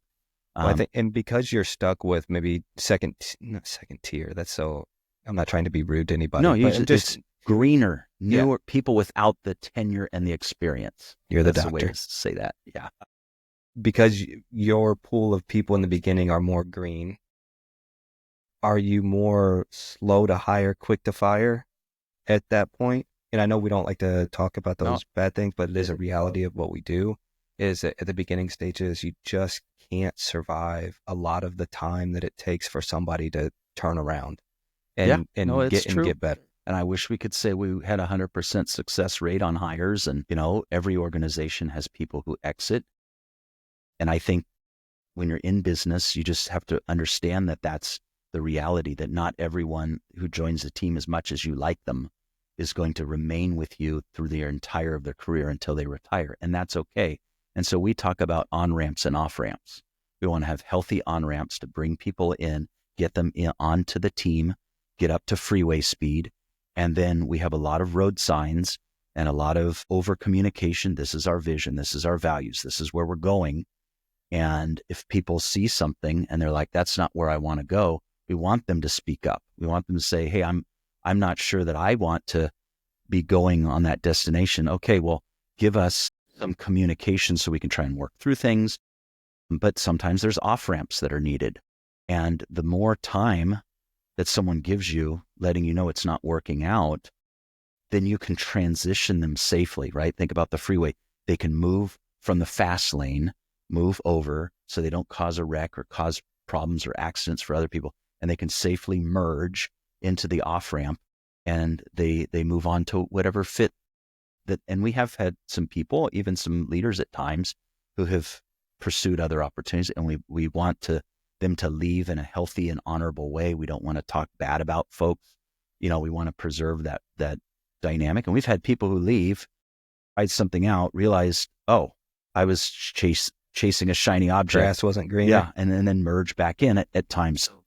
When you're starting out, sometimes you have to go with someone a little greener, a little newer, that you develop, and then they become a superstar in time. We have some amazing partners and success stories that we've got some partners with us that have been with us for 10 years or more now. And they started, right out of law school, learning the system and then moving their way up into, assistant manager, managing attorney role, and into partner. And like, that's healthy. You want that. You don't necessarily need to, go out and hire the biggest free agent. You may not have that budget, but there's also something exciting about people who begin with you at the beginning, and they see it grow and they develop and become. But you want to be careful about what dynamic or what you promise them to come on board, and if it's ownership or it's profit sharing or if it's a title, authority and responsibility. We have, metrics where we're measuring performance, of course, but we're also measuring, the alignment of, our core values and, pillars and stuff. So I'm trying to be a good gatekeeper to protect the team, to make sure that the people who are moving through the organization, moving up, are the right kinds of people getting promoted. And also recognizing when we have someone who isn't a perfect fit, we identify what that is. We try to provide coaching and feedback and explain where there's some misalignment. And if ultimately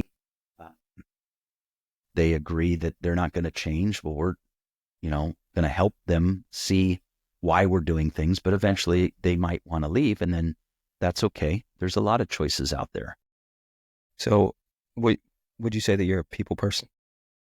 I like people. Yeah, I like interacting. I like learning about people's stories and what's important to them. I like learning about people's strengths and how we can put them into positions that maximize those strengths. I like to hear about our customers and their needs. And, I enjoy listening to people's stories, even from other vendors or other competitor law firms, and find out like what they're doing that's successful, or what have they tried that didn't work. So I like that too, but I can guarantee you that all of your conversations, especially with employees, are not in that realm. I think that that's been my biggest challenge, not to use this as a therapy session, but this is my biggest challenge has been the people. I love everybody that works for us to death, but there is an element of you being a therapist because you sit in the chair that you sit in that, I don't always hear about the good stuff. Most of what I get are, the fire complaints, drills, the problems, the issues, right? drills, complaints, or just the interruptions is what I get. What's going to interrupt the business? That always makes it to my desk. Not every win does, not every good thing, but any interruption, whether it's my cat died and I need 4 days off, or I have to go out of town, or I'm not getting along with this person in the office, or, this client is unhappy, or, those types of things. I feel like, was there ever a stage in your career that you felt bombarded with that stuff? Because I don't think that that's unique to me. I think it's unique to all entrepreneurs, that until you're able to work yourself out of that position, all of the crap ends up on your desk that you need to handle. Like, how did you get past that? And the reason that I ask is because I was trying to think of the way I view your business and what you're telling me, and which I think a little bit of what you're telling me is maybe with rose-colored glasses, which is great because you do have a great business. But when I look at it, I think that you have a phenomenal number two in Marissa, right? I mean, to handle a lot of the employee side of things, and your recruiting. Like, your recruiting is on point, consistent, in-house. Like, that has obviously played a big role in your success. And then I see you as the quarterback or beacon or people person, doing those good conversations, meeting with other leaders, making sure you're making your rounds, traveling around to see, the locations or whatever. That I do see you doing that. Are those the three main components, other than the lawyering stuff? Are those the three main components of your business? If you were going to give advice to somebody that wants to start a company, not necessarily a law firm, but like, hey, you need to be the leader and lead by example, make sure you're always present and available, blah, blah, blah. Have a number two, have a gatekeeper to stop a lot of those fires from ever reaching your desk, and then have somebody constantly focused on growing the business by people. I can shape them, the system can train them, but you always have to have that inflow of opportunities of growth. Am I reading that halfway correct? There is a challenge. I think it's not unique to you, that as you have success and you grow, we're limited by time. You can make more money, you can have more resources, but there's nothing we can do that somehow we're so successful that we now have 30 hours in a day. You're limited by time. And by that dynamic, you cannot spend the same amount of time equally with every single person. It's not possible, or is it a realistic goal to even try, you have to prioritize your time. And you have to think about the things within your strengths, and you want to operate as much as you can in your area of strength, because your area of strength is things you're good at, right? You're effective, and the things that you're passionate about, you like doing. If you're operating in your strengths, you're going to find success, and it's not going to be as draining. All work has a measure of challenge. If you operate in your strength, it's going to be renewing. So you have the energy to keep going. When you start out, you don't have that luxury.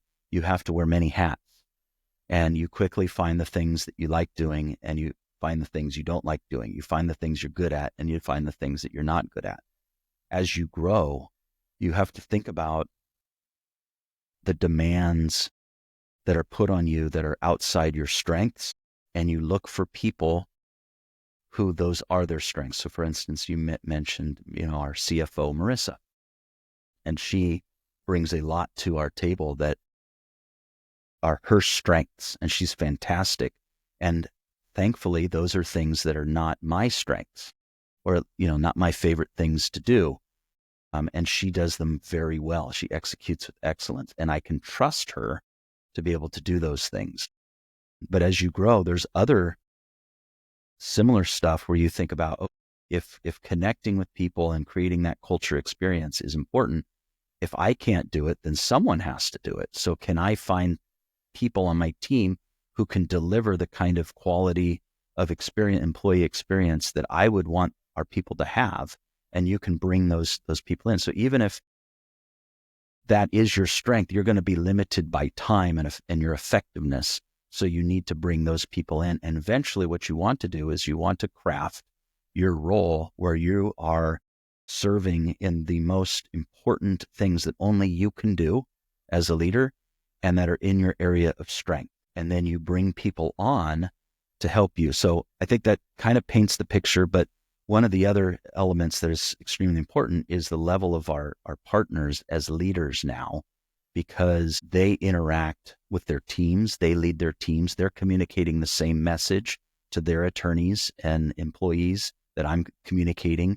They're supporting one another. They're interacting and protecting my client relationships. When a client calls, most of the time, I'm not the best person to answer that legal question. One, I'm only licensed in one state. Now we're in these other states. So they should be talking to the partner of that particular state. And then two, those other partners, even if it is in the state that I'm licensed in, they're much more knowledgeable about some day-to-day, current trends. Okay, what's this doctor like today? What's this opposing counsel or this judge? Yeah, so I want to connect those clients so they have a relationship with a partner who I trust, because I know that they're going to be able to deliver a quality of service that would even surpass what I could offer at that time. And so you build your team that way, and you think about, okay, what's most essential that's maybe not my strength? Maybe that's your first hire. Yeah, right? so that was my next question that I have written down. Who would be your first 3 hires? You have HR, marketing, sales, operations, middle management, administrators. Good number 2, equity partners, because you need somebody that cares about it as much as you do. Yeah. There's several different things that go into running a business that maybe people don't quite understand. All they see is, oh yeah, so you're a law firm, you just have lawyers. Oh, for every lawyer we have 5 employees that do all this other stuff. So generally speaking, not necessarily for a law firm, somebody that wants to start a business and you're giving them advice, what are the first 3 hires? What's the most critical during the beginning stages? Maybe not today, but what's the most critical at the beginning stages? And then, how can you maybe save some headaches along the way? And while you think about it, this is the route that I went. And I'm not saying it's the right route, but this is the route that I went, is that I'm a team player. Always have been. So I can be by myself. I don't mind being by myself. But when I'm building something, I like having somebody to bounce ideas off of. And I like doing it with a team. And so I wanted an equity partner. That was the first thing. Before taxes get done or marketing gets posted or anything like that. I need somebody that cares about this as much as I do. So I know if I have a moment, there's somebody still caring about the business, and then same vice versa. That's the way I went. And then I filled in as I thought was needed. Like when things started to go wrong, all right, I need to hire somebody for that. That's how the approach I took. But again, I'm ignorant from Indiana. No, So I don't think there's any one way that you have to do it. I think being a business person, you learn very quickly that just starting is important and figuring things out along the way. I mean, we didn't start knowing all of these things. We figured a lot of things out. We learned sometimes through trial and error. I started with another partner. He's since retired.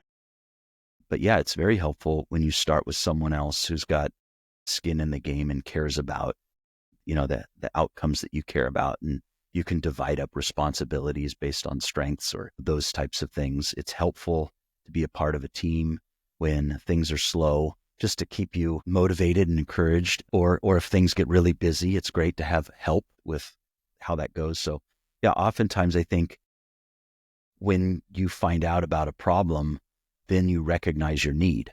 That's just normal. It's sometimes if things are not a problem, we don't appreciate the need for a person with those skill sets because it doesn't seem like something's going wrong. It's only when, we're getting complaints or like we should be successful on paper. Why is it not? Oh, we're spending too much money on this, or like you can't know those things from the beginning. okay, I'm gonna push you on this a little bit. I want an answer. What's the number one hire? HR, marketing, sales, operations, middle market, administrator, a good number two, equity partner, accounting. You had to pick one. I think most people who are starting business do have that entrepreneurial spirit where they can cast vision, right? So usually the things that they would benefit from there would be more of the, maybe the finance skills, right? But if you're not making any money, then you don't really need or have the, right? It's when you start having some success, it's important. You've got to have staff, you've got to have employees to help unless you're going to do all the work. So, but I do think it's very beneficial for business-minded, entrepreneurial, visionary types to have someone who's grounded and someone who's practical and someone who can even push back at times and say, okay, is that the smartest financial decision right now? And so, we didn't bring Marissa on until we were, several years into the firm. It wasn't like we started with her. We were very fortunate to pick her up. And then the role that she's in now wasn't the first role with us. We brought her on as kind of like a controller, type, doing the books and numbers and, things like that. And she's continued to grow with us. And sometimes you're limited by the availability of people that are out there and what you can pay. So to answer your question, it really does depend on what skills that you bring and what's lacking. But I do think for most business owners, because they tend to be the more visionary, the sometimes less structured, they can benefit from having someone who is more structured and better at the numbers. Not to say you can't do it, but it does help in that role. And someone who understands HR, someone who understands the procedures and the rules and the requirements, someone who can handle benefits issues and those types of things. And that's one of the reasons that I think we've been successful is I can talk to a partner level person and I say, look, you can go out and start your own firm and you'd probably be really successful, but you're going to find that the majority of your day, if you have any continued measure of success, is spent doing things other than the practice of law. If you can join our team, we can handle some of those, perceived headaches, the nuances of running the business so they can be the best at what they do. And a lot of people agree and that resonates with them. And we've had people who have been with us and maybe have started their own firm, or people who didn't take an opportunity we offered to start their own thing, and they've had some success. But that challenge of spending a lot of time running the business is their forefront, and then they usually tend to hire someone to help them with that. Maybe it's an office manager who can also help with accounting. Maybe it's, starts out as a paralegal who's helping you with work and then picks up some of these other skills. Or maybe it's you hire someone with that background already and they're wearing many different hats. So if I was going to write a book, this is how I would number them. One, get a number. So 99% of the people that start a business come from a sales background. They start with a big client, or they have a book of business, or like, hey, I'm bringing in more money than I'm taking home at my regular job. I could leave and take all of my, and build this up or take my clients or whatever, and I could take home 100% of it. Right? That's always the mindset of somebody starting a business, is that I just want to take home more than what I get from where I'm working now.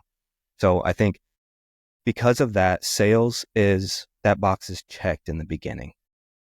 And it is additional pressure, and you need to bring in more sales, of course, because you got to support more people. But getting a number two, like you said, that is good at the administrative side of things. It doesn't shy away from it. Because you're sales, you're probably a little sloppy, a little unorganized, a little, off the cuff type stuff. So that would be number one, to make sure somebody always has an eye on that stuff. Get a solid number two that you can trust and count on and enjoys that kind of stuff versus sitting in front of clients. My number two hire would be accounting. Or money-wise, right? Because accounting could be the biggest time suck of you, and you're the most important thing in your business. Yep. So don't get sucked in doing the accounting. Maybe you have to at the beginning, but that's just to learn it, and that's at a small scale at the beginning. Number three would be marketing and sales, because you need to create an identity of your business. Instead of you just saying what it is, you need to make visuals on social media. You need to have accounts. You need to have a website that relays that, and everything in between that. So marketing and sales would be number three. Four would be administrative duties, because you want to do anything and everything you can to prevent yourself from being sucked into doing administrative tasks as you grow. And last would be operations, because as you grow, culture becomes more and more important, and efficiencies become more and more important. And the more adjustments you can make, the more money you can save, the more profitable the business can become. One thing that I kind of missed out there, and maybe it is next, is the recruiting piece. And so if I had to do everything over again, or maybe the next business I get into, I think that I will look to what you've done as a model to say, hey, really, these are the core muscles. HR is, compliance and all that stuff is of course important too, but generally speaking, at number two, accounting, marketing and sales, administration, and operations. That's the order of the five that I would put in if I was writing a book to start a business. I think those are really important. Yeah. I mean, and sometimes you just recognize a need, or, maybe your number four on the list jumps up to the number two or three, and but yeah, you definitely need those things in a growing business. Cool, man. Well, how do people get a hold of you if they want to, test out Gilson Daub on a workers' compensation claim that's been litigated, or if they have questions for you about entrepreneurship, or they're interested in joining your team? How do they get a hold of you? Yeah, well, our website, gilsondob.com, tells a lot about us. There's phone numbers and emails and stuff to connect. I'm pretty active on LinkedIn, so that's a good way. Definitely send an invitation if we're not already connected. If we are, you can send a message. That's a good way to connect, or you can email me at brent.daub@gilsondob.com. And those are great ways to connect and learn more. And we're happy to help. If you're obviously a client looking for services, yeah, that's a good way. If you're an attorney thinking about unlocking the next stage of your career, or unlocking the next gear in your leadership, I'm available to talk about those opportunities. And it isn't all recruiting. Sometimes the best advice is to stay where you're at and do what you're doing, or go out and start your own thing. Maybe joining us isn't helpful, or maybe, considering joining this growing team. But even if you're not a client or an attorney and you have questions, I'd be happy to point people in the right direction, help where I can. I like I like helping people. I like seeing people succeed, especially when they go out there and take a chance to start a business. And I like connecting people with other people and, providing services. That's my job. Very I'm the broker. I'm the middleman. Yeah. Yeah. Well, if they know you, right, you're definitely going to connect them with the right people. That's for sure. Yeah. Yeah. I definitely share that sentiment. And if anybody makes that jump, takes that leap, takes the risk, I'm rooting for you.